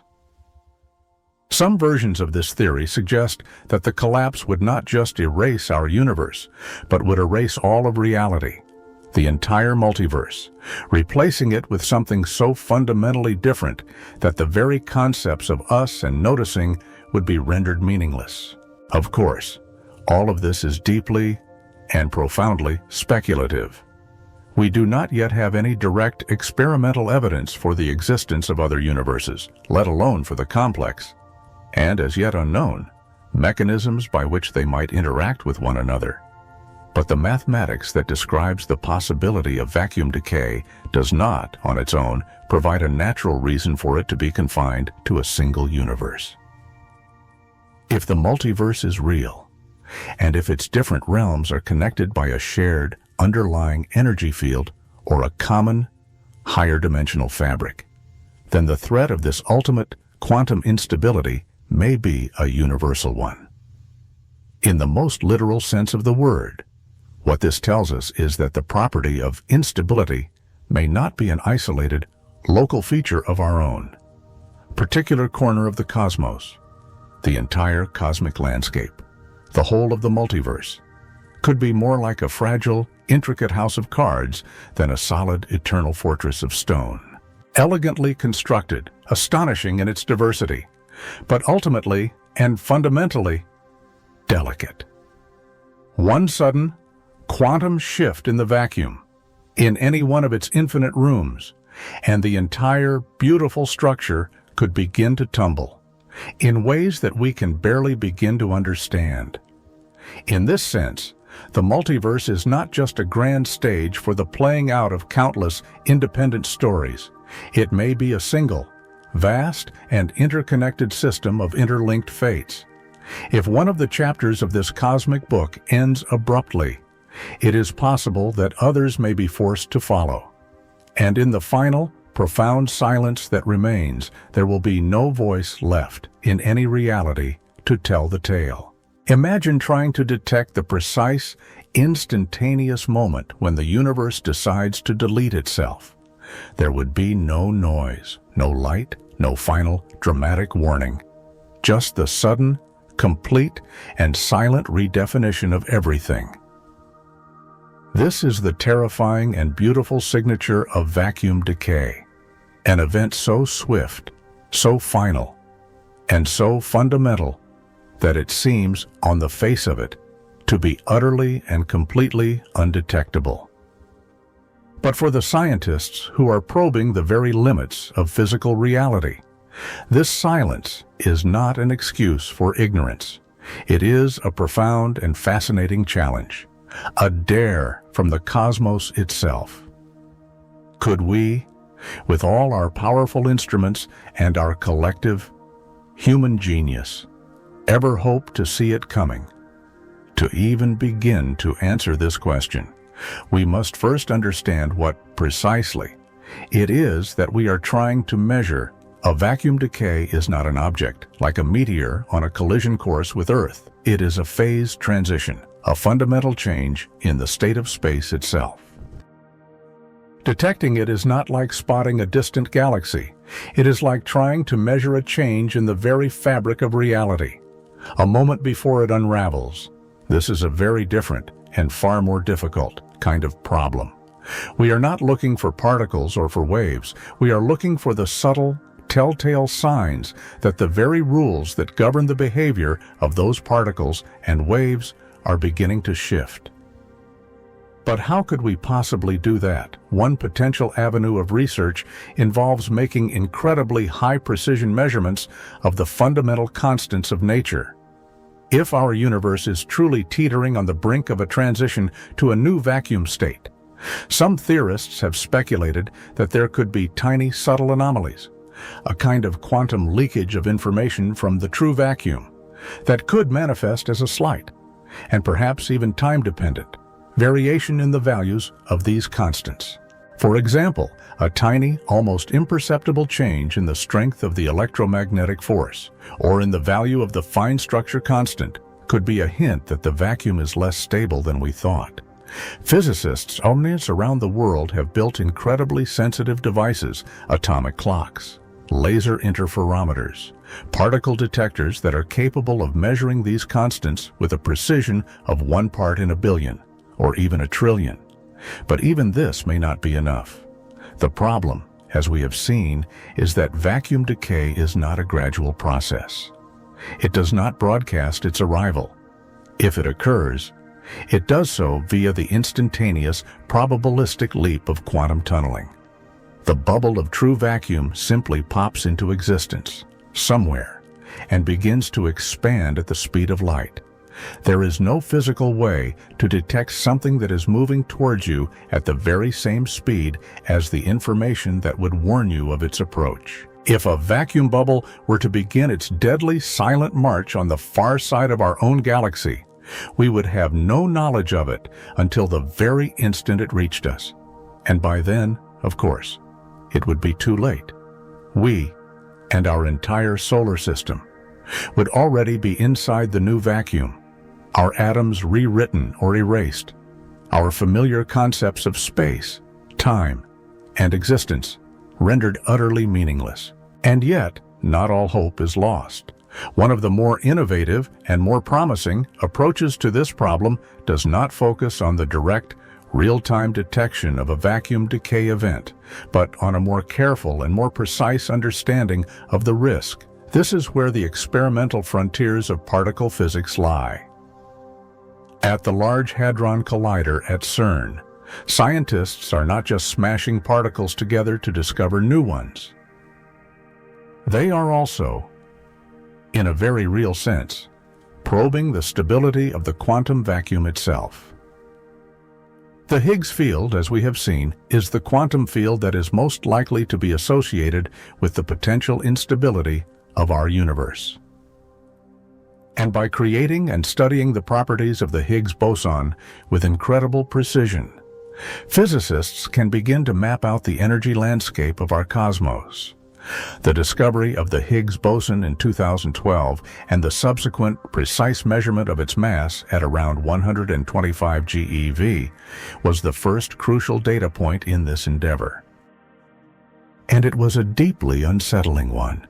It placed our universe in the precarious, metastable zone. Not quite stable, not quite doomed. This is a chilling result, but it is also a powerful scientific foothold. If we can continue to measure the properties of the Higgs field and its interactions with other particles, like the top quark, with even greater precision, we might be able to calculate the odds of a vacuum decay more reliably. Some researchers are also pushing into the realm of pure theory, using our experimental data to map out what is called the vacuum stability phase diagram. This is a chart that shows the different possible fates of the universe based on the precise values of key parameters, like the mass of the top quark and the mass of the Higgs boson. If these parameters were to shift, even ever so slightly, the universe could be pushed from its current, metastable state into a region of absolute stability, or, more terrifyingly, into a region of catastrophic instability. With more and more precise, experimental data from future colliders, we might one day be able to refine this map and to say, with a greater degree of scientific confidence, we are safe or we are not.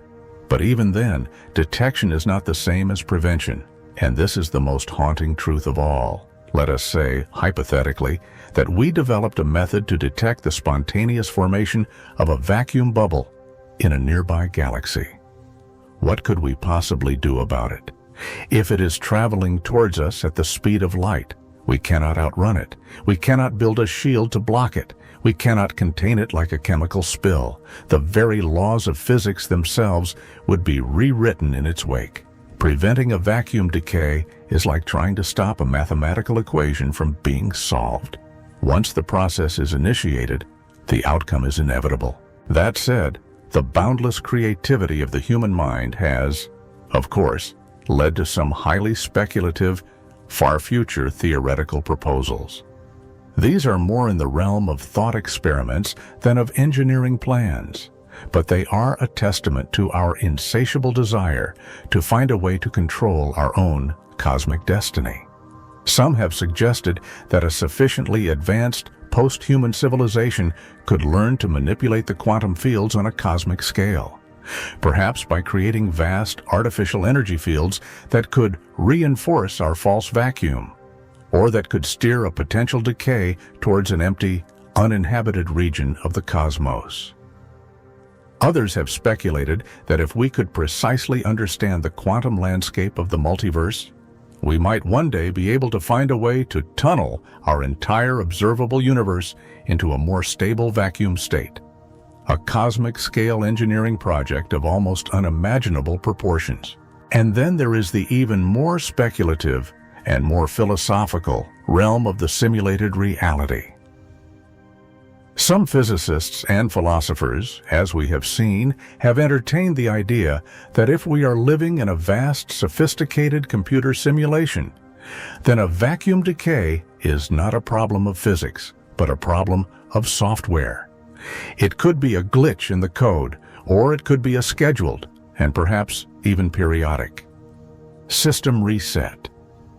In such a case, the detection of the event might come not from our physical sensors, but from our ability to recognize the subtle patterns, the code-level anomalies, the digital seams in the fabric of our simulated reality.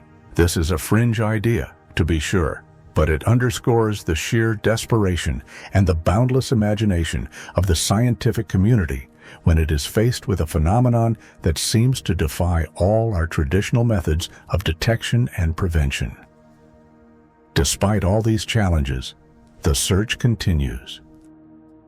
Every new high-energy experiment at the LHC, every new refinement in our quantum sensors, every slight, and as yet unexplained, anomaly in our astronomical data might hold a tiny, precious clue. Space observatories are now looking for unexplained, large-scale variations in the cosmic microwave background that might hint at other distant regions of space that are undergoing radical, phase transition-like shifts. Earth-bound laboratories are continuing to push the limits of precision measurement, hoping to catch the first, faint whisper of a cosmic instability before it becomes a deafening and final roar. And maybe that is the ultimate point. Even if we can never detect a vacuum decay directly, even if we can never prevent it, the pursuit itself is deeply and profoundly meaningful. In trying to detect the undetectable, we are forced to stretch our human ingenuity to its absolute limits. We refine our instruments. We unify our theories. We ask the most fundamental and most difficult of all questions: what kind of universe are we truly living in? And if the answer to that question is that we are living in a universe that is poised on a quantum razor's edge, a universe that is both beautiful and temporary, then knowing that truth, even without the possibility of escape, is a profound and noble triumph of understanding. Because sometimes, as we have seen again and again on this journey, it is only by chasing the invisible that we can truly begin to illuminate what is real.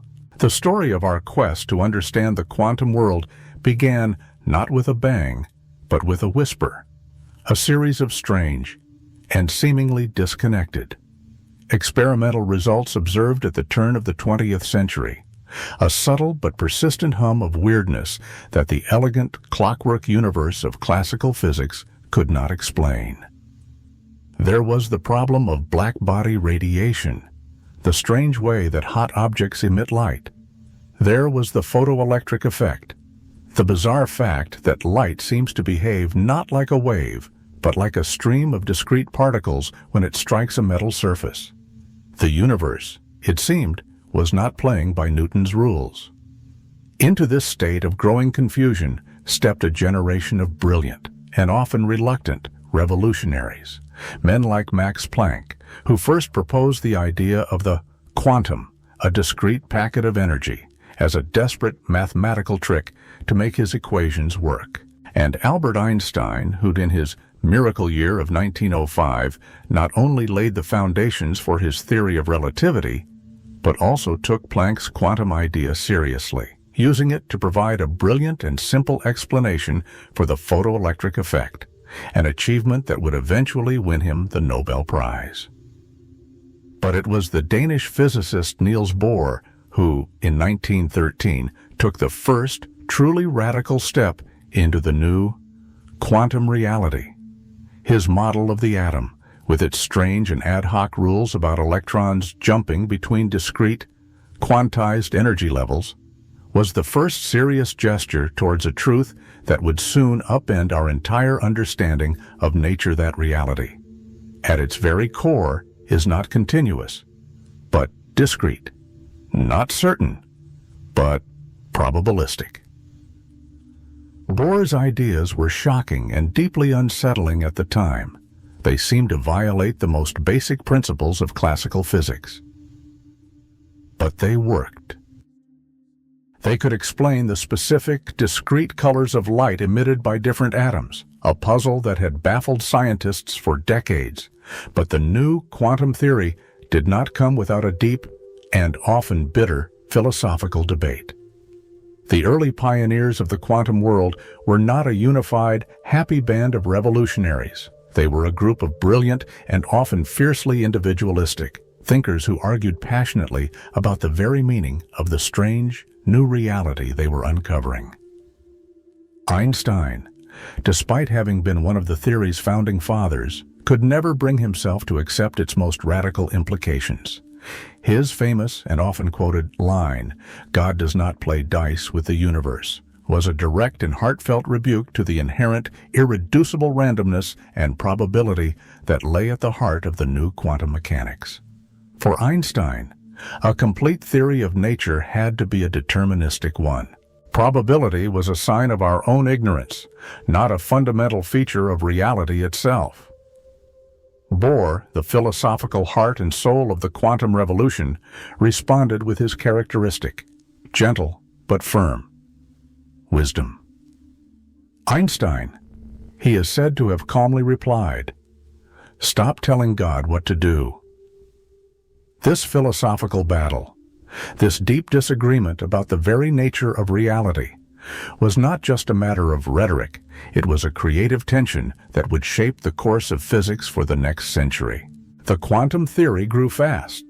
In the 1920s, a new generation of young, brilliant physicists, Werner Heisenberg, Erwin Schrödinger, Paul Dirac, developed the full mathematical formalism of quantum mechanics, Heisenberg's uncertainty principle, Schrödinger's wave equation, Dirac's relativistic quantum field theory. These were not just mathematical curiosities. They became the new and incredibly powerful scaffolding upon which all of modern physics would be built.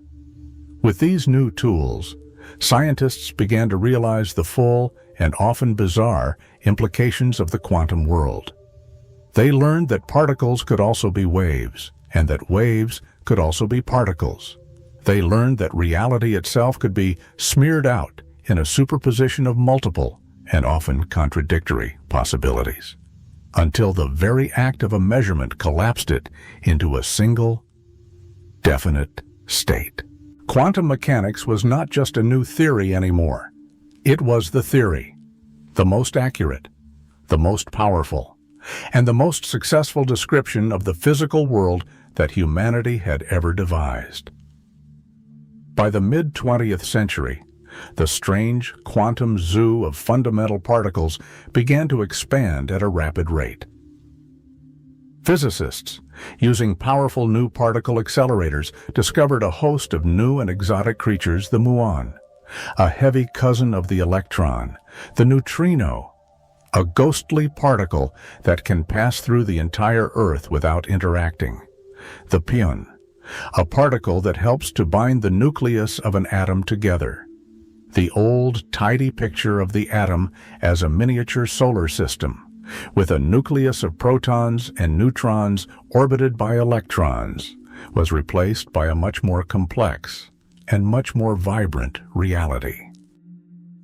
The protons and neutrons themselves were found to be made of even more fundamental particles, called quarks, which are held together by the strong nuclear force, carried by particles called gluons. Laboratories around the world, from Brookhaven in the United States to CERN in Europe, raced to catalog these new particles, to classify them, and to understand their strange and beautiful interactions. And from this ferment of discovery, a new and even grander dream began to emerge, the dream of a single, unified theory that could explain all of these disparate particles and forces within a single, elegant framework. This dream eventually evolved into what we now call the Standard Model of particle physics. The Standard Model is a stunning intellectual achievement. It is a quantum field theory that describes all the known fundamental particles and their interactions, with the exception of gravity. It successfully unifies the electromagnetic force and the weak nuclear force into a single electroweak force, and it provides a complete and remarkably accurate description of the strong nuclear force. The Standard Model worked almost too well. For decades, it correctly predicted the outcome of every single experiment that was performed in our particle accelerators, but there was one glaring and crucial absence. There was a ghost in the machine. The theory required the existence of a new particle, the Higgs boson, the particle associated with the Higgs field that is responsible for giving all the other particles their mass. Without the Higgs, the entire beautiful edifice of the Standard Model risked collapse. The search for the Higgs boson became the central, driving obsession of particle physics for a generation, and it led to the construction of the most complex and powerful machine ever built by human hands, the Large Hadron Collider. Nestled in a 17-mile-long circular tunnel buried deep beneath the border between France and Switzerland. The LHC is a modern-day cathedral of science, a place where protons are accelerated to 99.9991% of the speed of light and then smashed together with an energy that recreates the conditions of the universe in the first, fiery moments after the Big Bang. Its singular and multi-billion-dollar goal was to find the Higgs, and in July of 2012, in a moment of high scientific drama that was broadcast live to a captivated global audience, scientists at CERN announced that they had done it. They had found the Higgs boson. It was the final, triumphant confirmation of the Standard Model, a testament to the remarkable power of human reason and collaboration to unravel the deepest secrets of the universe. But even in that moment of triumph, as the data was analyzed with ever greater precision, a new set of questions and a new set of anxieties began to emerge. The measured mass of the Higgs, as we have seen, was a suspicious one. It was a number that seemed to place our universe in a precarious and potentially unstable state. The human quest for understanding had turned a corner. For decades, we had thought that a deeper understanding of the quantum world would give us a greater sense of control, of mastery over the forces of nature. But now, as our knowledge has deepened, we are beginning to see that the very rules we have uncovered may point to our own potential, and perhaps even inevitable erasure. This is not to say that scientific progress has stalled. On the contrary, it has only accelerated. But the tone of the quest has changed. It has become humbler, more reflective, more aware of its own profound limitations. We are no longer just looking for new particles. We are looking for answers about our own fragile place in a vast and perhaps unstable cosmos. CERN continues to be at the forefront of this search. After the discovery of the Higgs, the LHC was upgraded and has been restarted at even higher collision energies.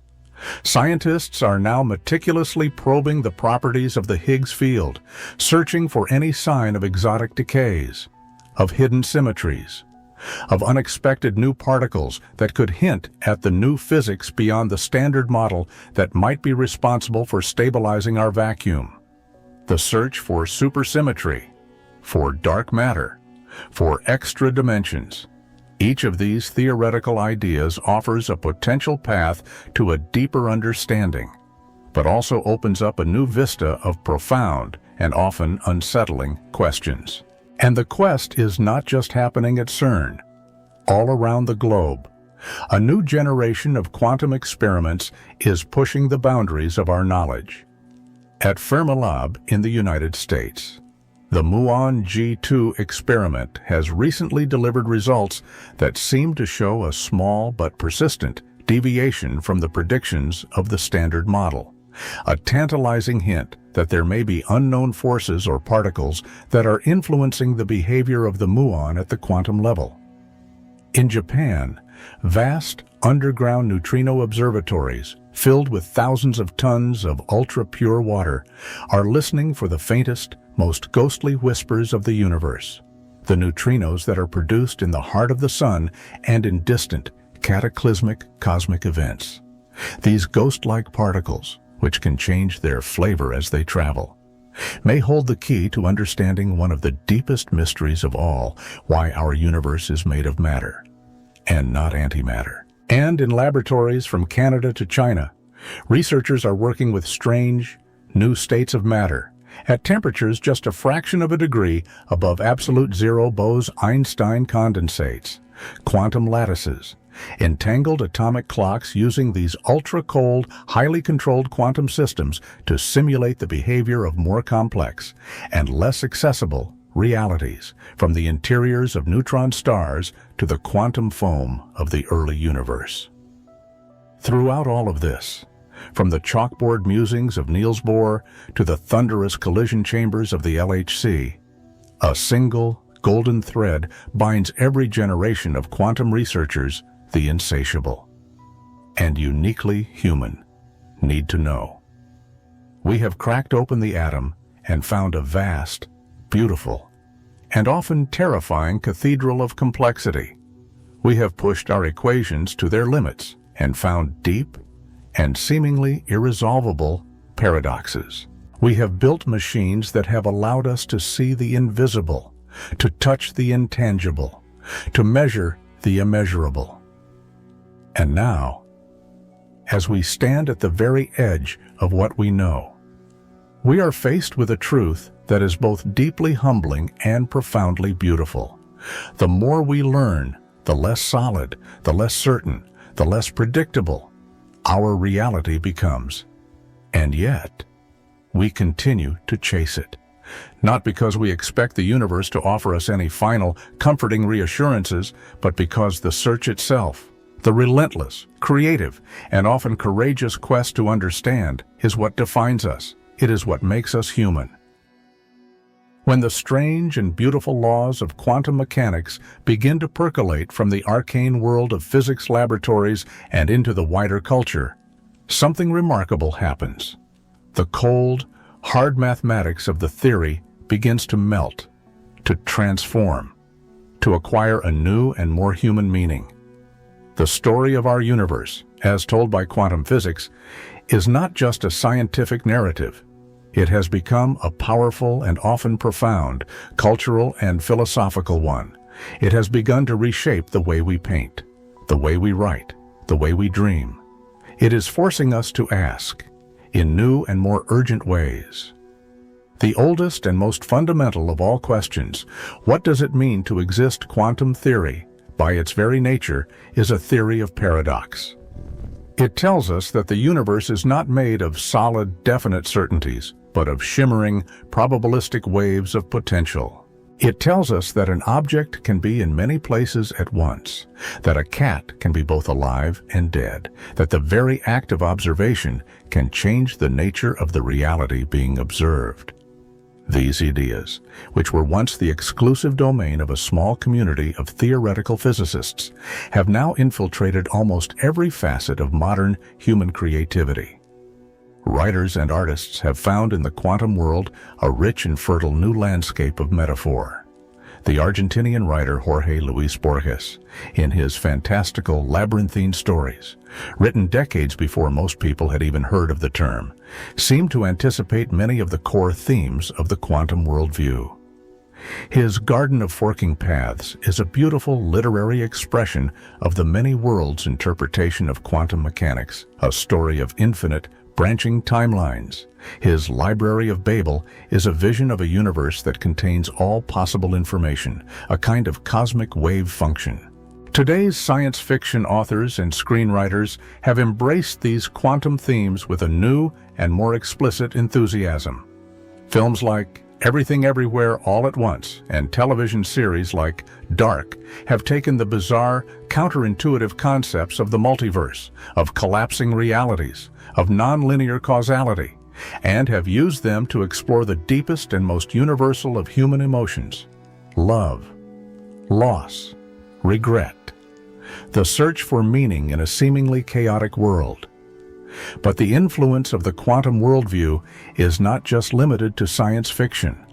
The themes of uncertainty, of the shifting, fluid nature of identity, of meaning as something that is constructed in the act of reflection.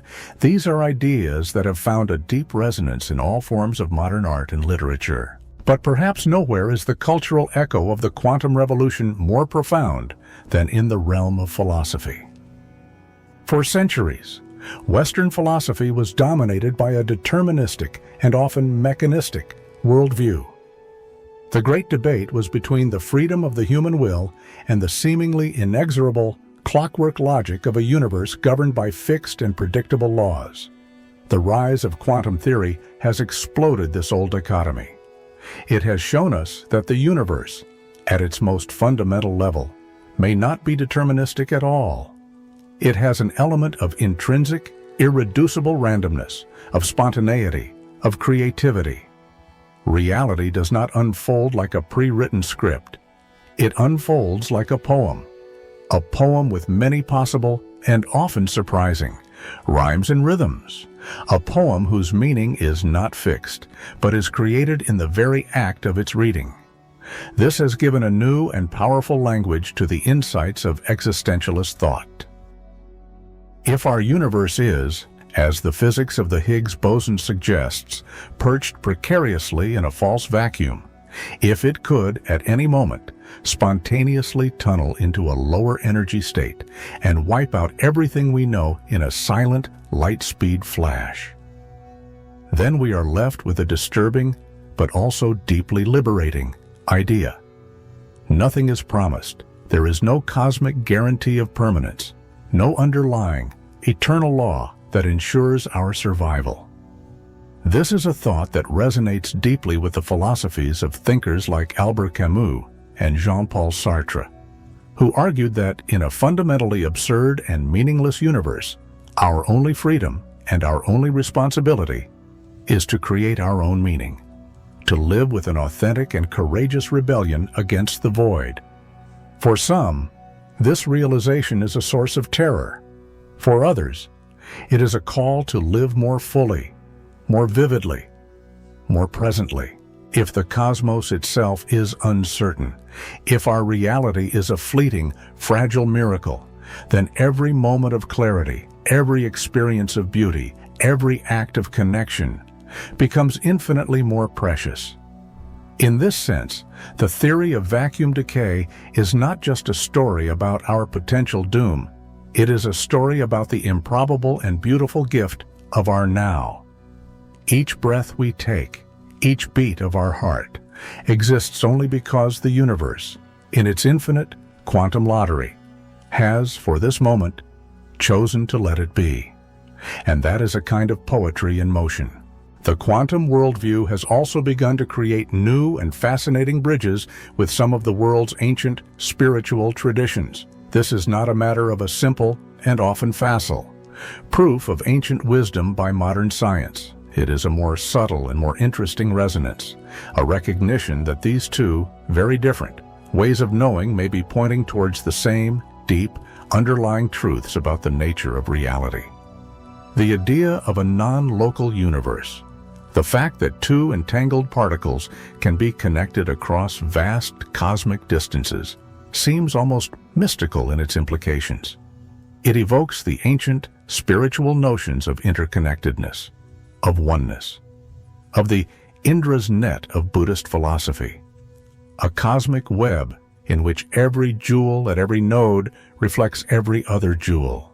The Hindu concept of Maya, the idea that the visible, differentiated world of our everyday experience is a kind of beautiful and ultimately illusory veil that hides a deeper, more unified, and ultimately divine reality, finds a strange and powerful echo in the quantum idea that the classical world we see is just one, collapsed and partial, version of a much richer and more holistic quantum superposition. And the Buddhist teaching of impermanence, the understanding that everything is in a constant state of flux, that there is no solid, permanent ground beneath our feet, finds an eerie and beautiful resonance in the modern physical concept of quantum instability, of a universe that is a shimmering, flickering, and constantly evolving dance of probability and potential. For many, this convergence of modern physics and ancient wisdom has been a source of profound personal meaning, a way to foster a sense of humility and of awe in the face of a universe that is far stranger, more mysterious, and more beautiful than our classical minds can easily comprehend. The human response to the strange and beautiful truths of the quantum world is not just a scientific one, it is a deeply human one. We are not just atoms and waves, we are storytellers. We are meaning makers. And when we are faced with a universe that might, in a heartbeat, collapse into nothingness, a universe that is governed by the strange and paradoxical laws of quantum mechanics, we do not just run the simulations and calculate the probabilities. We write poems, we paint canvases, we compose symphonies, we ask the deep, and perhaps unanswerable, questions about who we are and why we are here. In this light, the human, cultural response to the quantum revolution is, in itself, a kind of quantum phenomenon, spontaneous, unpredictable, creative, and beautiful. The moment we began to probe the very fabric of reality, we began to unravel not just the equations of physics, but the very story of ourselves. We found that beneath the solid, classical layers of the world, there lies a pulsing, vibrant, and deeply poetic truth that reality is not a static thing, but a breathing, flickering, collapsing, and regenerating process. A process that is not unlike the creative unfolding of a work of art, or the beautiful, mysterious, and ultimately fragile arc of a human life. And so, as we stare into the quantum unknown, one thing becomes clear. We are not just passive observers of this cosmic drama. We are active and creative, participants in a dance that is both terrifying and transcendent. And that, perhaps, is the final and most powerful echo of all. In a world without guarantees, in a universe built on the shifting sands of probability, the most radical and most human of all acts is to create. Not because it will last, but because, for a fleeting, beautiful, and miraculous moment, it exists. The universe is fragile. It is a delicate and beautiful structure, balanced on the sharp, quantum edge of uncertainty. A cosmic cliff from which it could, at any moment, tumble into an abyss of a new and utterly alien reality. Every second of our existence, every beat of our hearts, is a gift from a cosmos that pulses with the possibility of its own, instantaneous and silent erasure. The idea that the vacuum we inhabit could decay, that the very laws of physics that make our existence possible could crumble without warning, is a thought that is both profoundly exhilarating and deeply terrifying. But perhaps the most important and most human lesson we can learn from this ultimate cosmic fragility is the immense and irreplaceable value of the present moment. In the face of a universe that is so fundamentally tenuous, so beautifully temporary, what does it mean to truly and fully live? For all of our history, humanity's long and often difficult journey of exploration, both in the vast, external universe and in the deep, inner workings of our own minds, has been a quest to find a sense of meaning, a sense of purpose, in a cosmos that can often feel cold, vast, and indifferent. We have built great systems of thought, our religions, our philosophies, our sciences, to try and anchor ourselves, to find a solid ground of truth and certainty in a seemingly chaotic world. But what if the deepest truth of all is that there is no solid ground? What if the very foundation of our reality is not a rock, but a wave, a shimmering, probabilistic, and ultimately fleeting thing? The possibility that the vacuum of our universe could decay, that it could spontaneously tunnel into a new, more stable state, forces us to confront the profound and liberating possibility that we are living on a precipice, with no ultimate safety net beneath us. And this brings a radical and deeply clarifying shift in perspective. If everything is temporary, if everything could, in an instant, collapse, then perhaps the most meaningful and most rational thing we can do is to learn to live with courage and with grace. In the only moment we ever truly have, the now, the present moment, in all its fleeting and beautiful imperfection, becomes the only true certainty in an uncertain universe. The quantum world itself already challenges our classical, linear notion of time. The block universe view, which emerges from Einstein's theory of relativity, suggests that the past, the present, and the future may all exist simultaneously.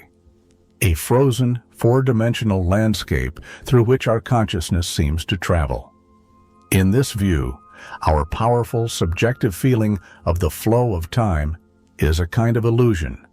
In the same way, our deep-seated psychological attachment to permanence, our desire for a future that is a safe and predictable extension of the past, may also be an illusion.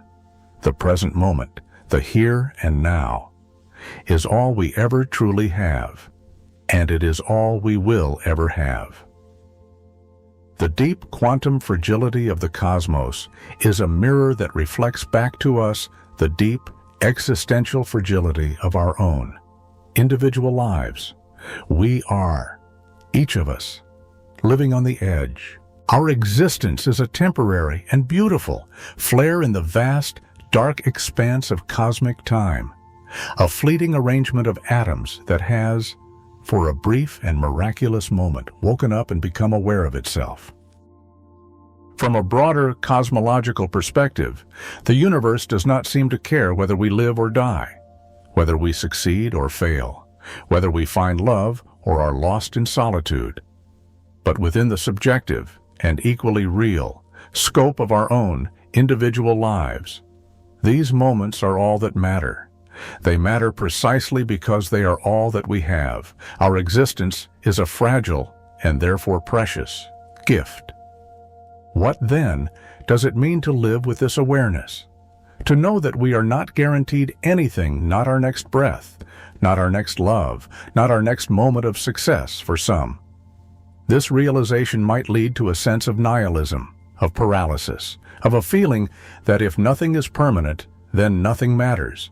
But for others, for the existentialists and the mystics and the poets, it is precisely this awareness of our own and the universe's fragility that gives life its most profound and beautiful meaning. If we know that nothing is permanent, we are freed from the tyranny of the future, from the endless, anxious striving for a security that can never be truly achieved. We can learn to live more fully in the moment, to embrace our finite nature, to find joy not in the accumulation of things, but in the quality of our experience, to create our own meaning in a universe that does not provide one for us. To live on the edge, in this sense, is not to live in fear. It is to live with a heightened sense of aliveness, of presence, of gratitude. It is a call to reassess what truly matters to us. In the quantum world, as we have seen, nothing is fixed. Everything is fluid. Everything is in flux. And if we can learn to accept this as a deep existential truth, then we, too, can embrace this fluidity in our own lives. The things we think of as stable and solid, our jobs, our relationships, our very identities, are not as permanent as we often believe. And that is not a tragedy, it is an opportunity. It is in the uncertainty, in the unpredictability, in the spaces between our plans, that true creativity, true growth, and true beauty can arise. Take a moment, now, to think about how you are living your own life. Are you constantly planning for a future that may never come? Are you clinging to a past of memories and regrets that no longer serve you? Or are you here, right now, in this moment, the profound and unsettling?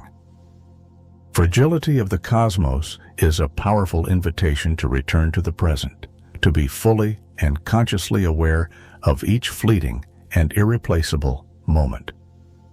There is a deep and profound beauty in knowing that everything could end, because it makes the now infinitely more valuable. This knowledge does not rob us of our joy. It amplifies it. It makes every laugh, every hug, every sunset, every single human experience feel more vibrant, more real, more intense, because we understand, at a gut level, how precious and how temporary it all is.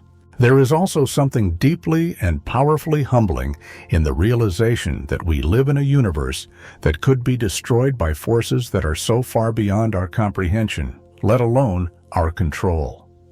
The idea that a random quantum fluctuation could, at any second, wipe our entire reality from existence is a thought that forces us to confront our own profound insignificance in the grand, cosmic scheme of things. But this should not lead us to a sense of despair. On the contrary, it should lead us to a sense of profound gratitude. When we are truly and deeply aware that everything can be undone in a moment, we are given the rare and precious opportunity to cherish what we have, to live with a greater sense of intention, to appreciate the simple, fleeting beauty of our own existence. In the grand cosmic ledger, nothing we do may be permanent. But that does not, in any way, diminish the importance of what we do. On the contrary, it makes every act of kindness, every moment of connection, every creative endeavor infinitely more meaningful. The awareness of our cosmic fragility also has a powerful ethical dimension. It prompts a rethinking of how we treat each other and how we treat our small and equally fragile planetary home.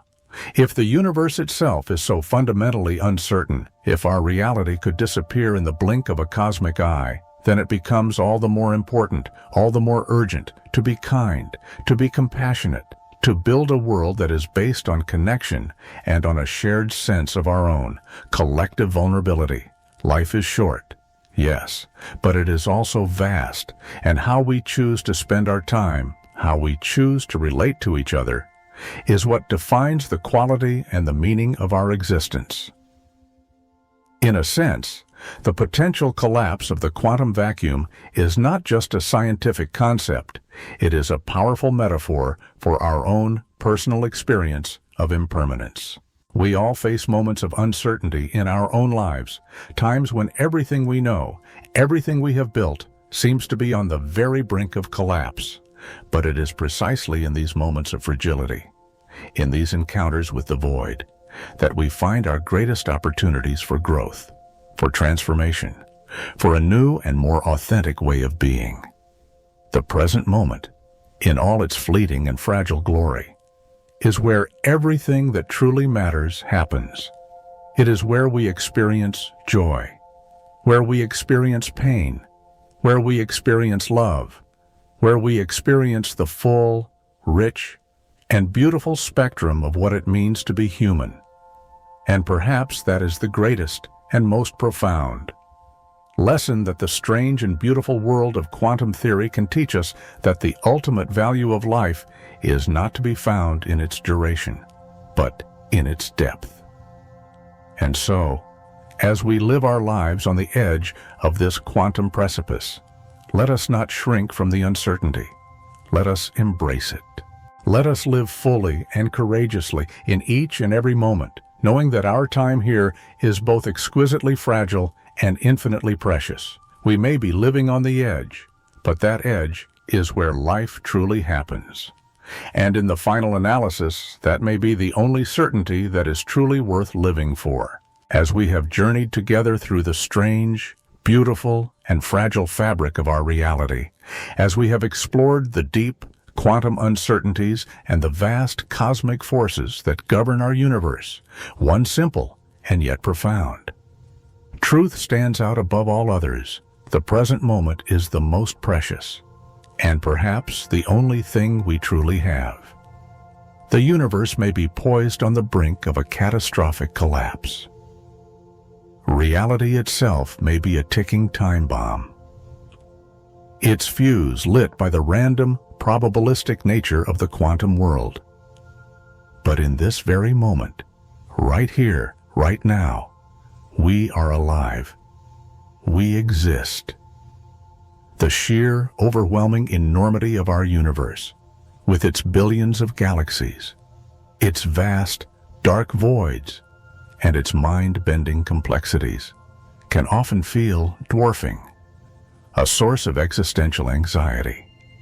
But it also offers us an incredible and almost miraculous gift, the chance to experience this single, fleeting, and unrepeatable moment in time. Every breath you take, every beat of your heart, is a small personal miracle, a temporary victory of order and complexity against the relentless cosmic tide of entropy. In the midst of the chaotic, quantum fluctuations of the void, in the deep and profound uncertainty of our cosmic fate, we, as conscious beings, hold within us the remarkable and unique ability to create our own meaning, to embrace the now, to live fully, deeply, and authentically. We cannot control the vast and often incomprehensible forces that shape our universe. We cannot, with any certainty, predict what tomorrow or the next moment may bring, but we can choose to live with a greater sense of intention. We can choose to appreciate the simple, profound beauty in the small, everyday moments that make up the rich tapestry of our existence. The quantum world may be fundamentally unpredictable, but that is precisely what makes each and every one of our experiences uniquely and irreplaceable, precious. So, take a deep breath, look around you, feel the sensation of the air on your skin, listen to the quiet, ambient sounds of your environment. This moment is yours, and it is a miracle. Embrace it, live it fully. In the face of a universe that is so fundamentally uncertain, let us find a deep and abiding peace in the knowledge that our time, however brief it may be, is our own to shape, our own to experience, our own to imbue with meaning. Let the profound and beautiful fragility of the cosmos inspire us to live with a greater sense of purpose, to cherish the now, and to find a deep and lasting beauty in every single passing second. The universe may be fragile, but we, in our conscious present moment awareness, have the power to make each and every one of our moments a small and yet magnificent miracle.